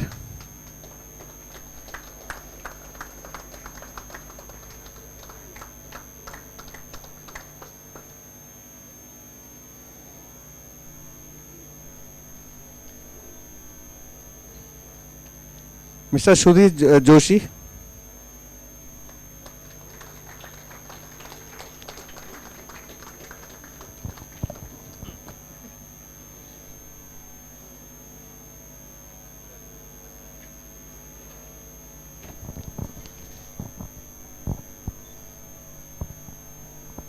Dr. R. Jayaraj.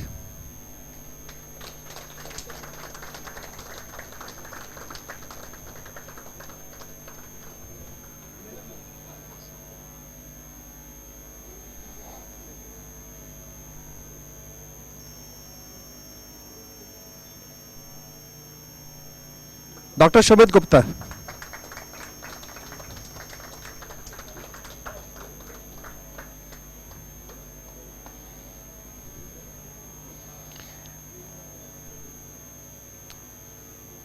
Dr. Bhagya Sindhu Tiwari.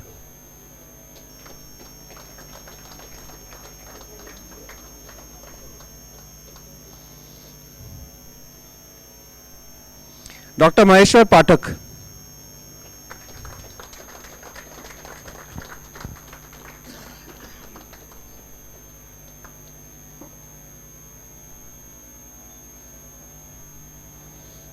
Brigadier Anil Kumar Sharma.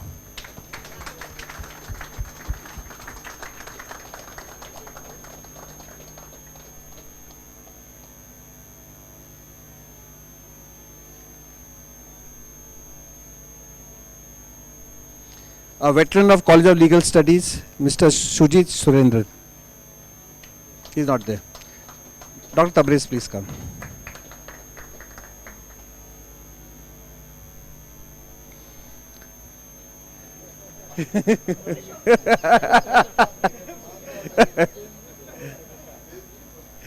Ravindra.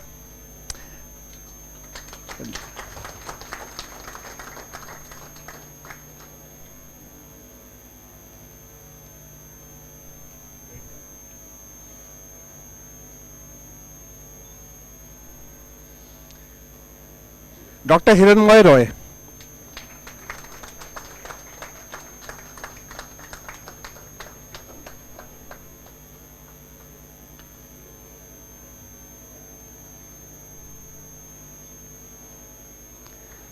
Mr. Sam Babu.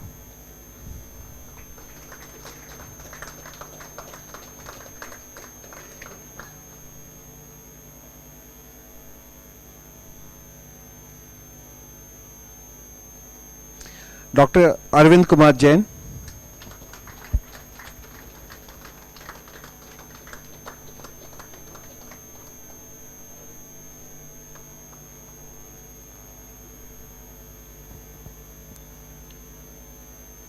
Dr. Anil Kumar.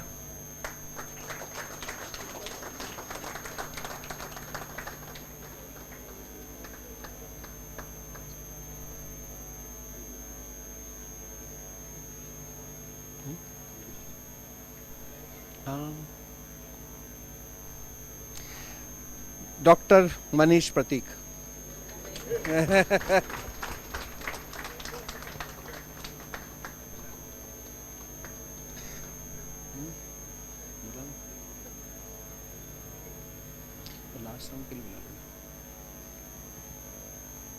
Mr. Vishal Kaushik.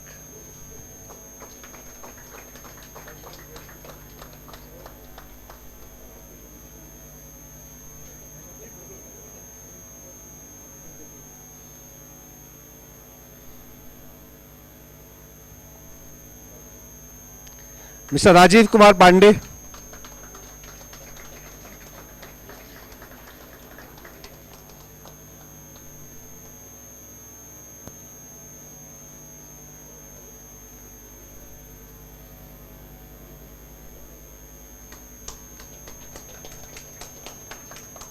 Dr. Ashutosh Pandey.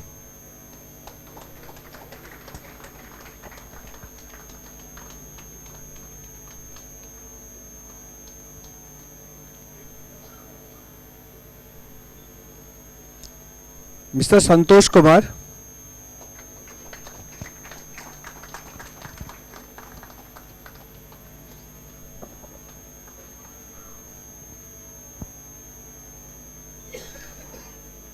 Mr. Nitin.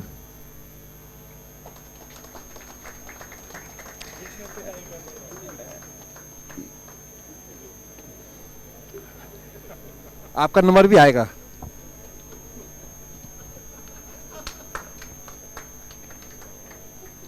Doctor Radhika.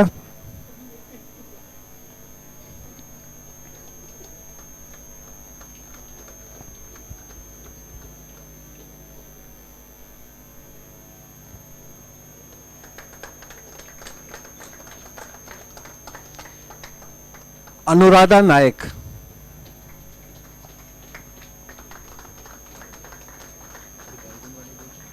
बस वही है.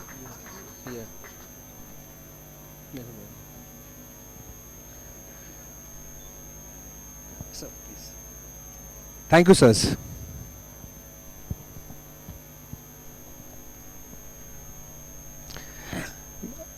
May I request Dr. Sherry to do the honors for the balance people?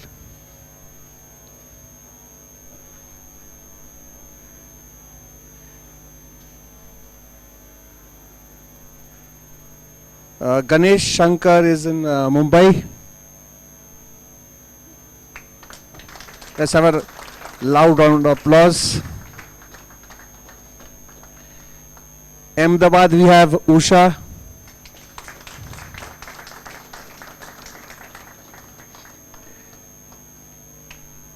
Anubhav Sharma.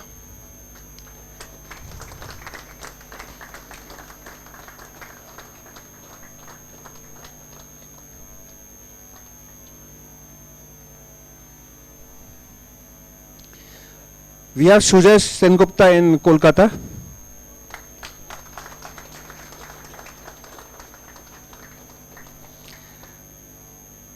Next is a very, very familiar face. Traveled all the way from Shillong. Heartiest congratulations to you, Mr. Vinil Pant. Loud round of applause for him.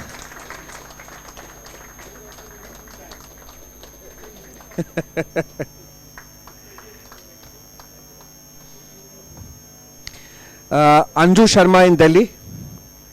A round of applause for her.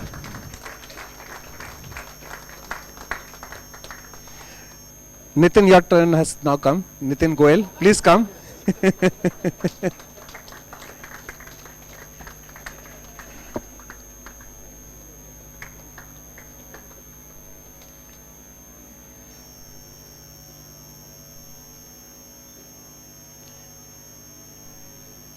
Mr. Kuldeep Singh Rohela.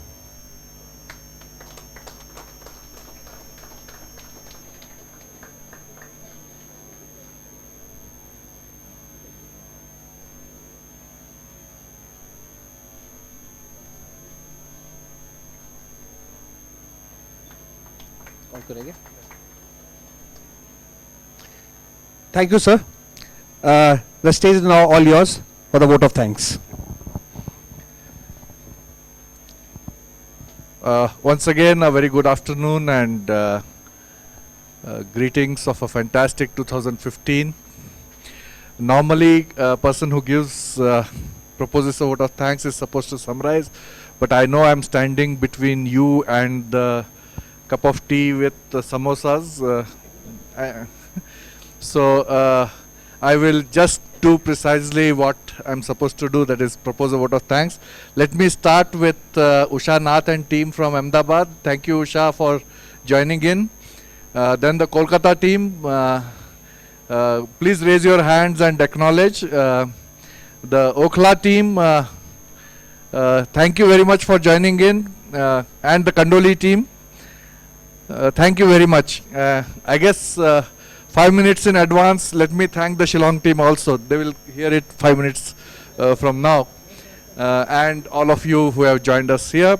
Let me also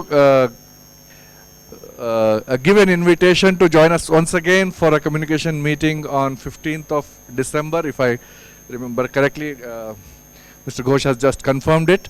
We will meet again and have similar discussions and Q&A sessions and greet our people who have done exceptionally well. Let me thank the admin team for getting organized on everything, the HR team, most importantly for making sure the awardees got their due in right time. All the MC members who have been here, Mr. Ghosh, for the fantastic slogan you gave us, SOAR. I'm sure the first question on 15 December would be what does SOAR stand for. So please, gentlemen and ladies, please prepare that. And lastly, Amit and Randeep for being with us today, and Amit for sharing so much of things, exciting things that are in store for us, and patting our back for 2015. Thank you once again, and have a very happy Diwali to all of you.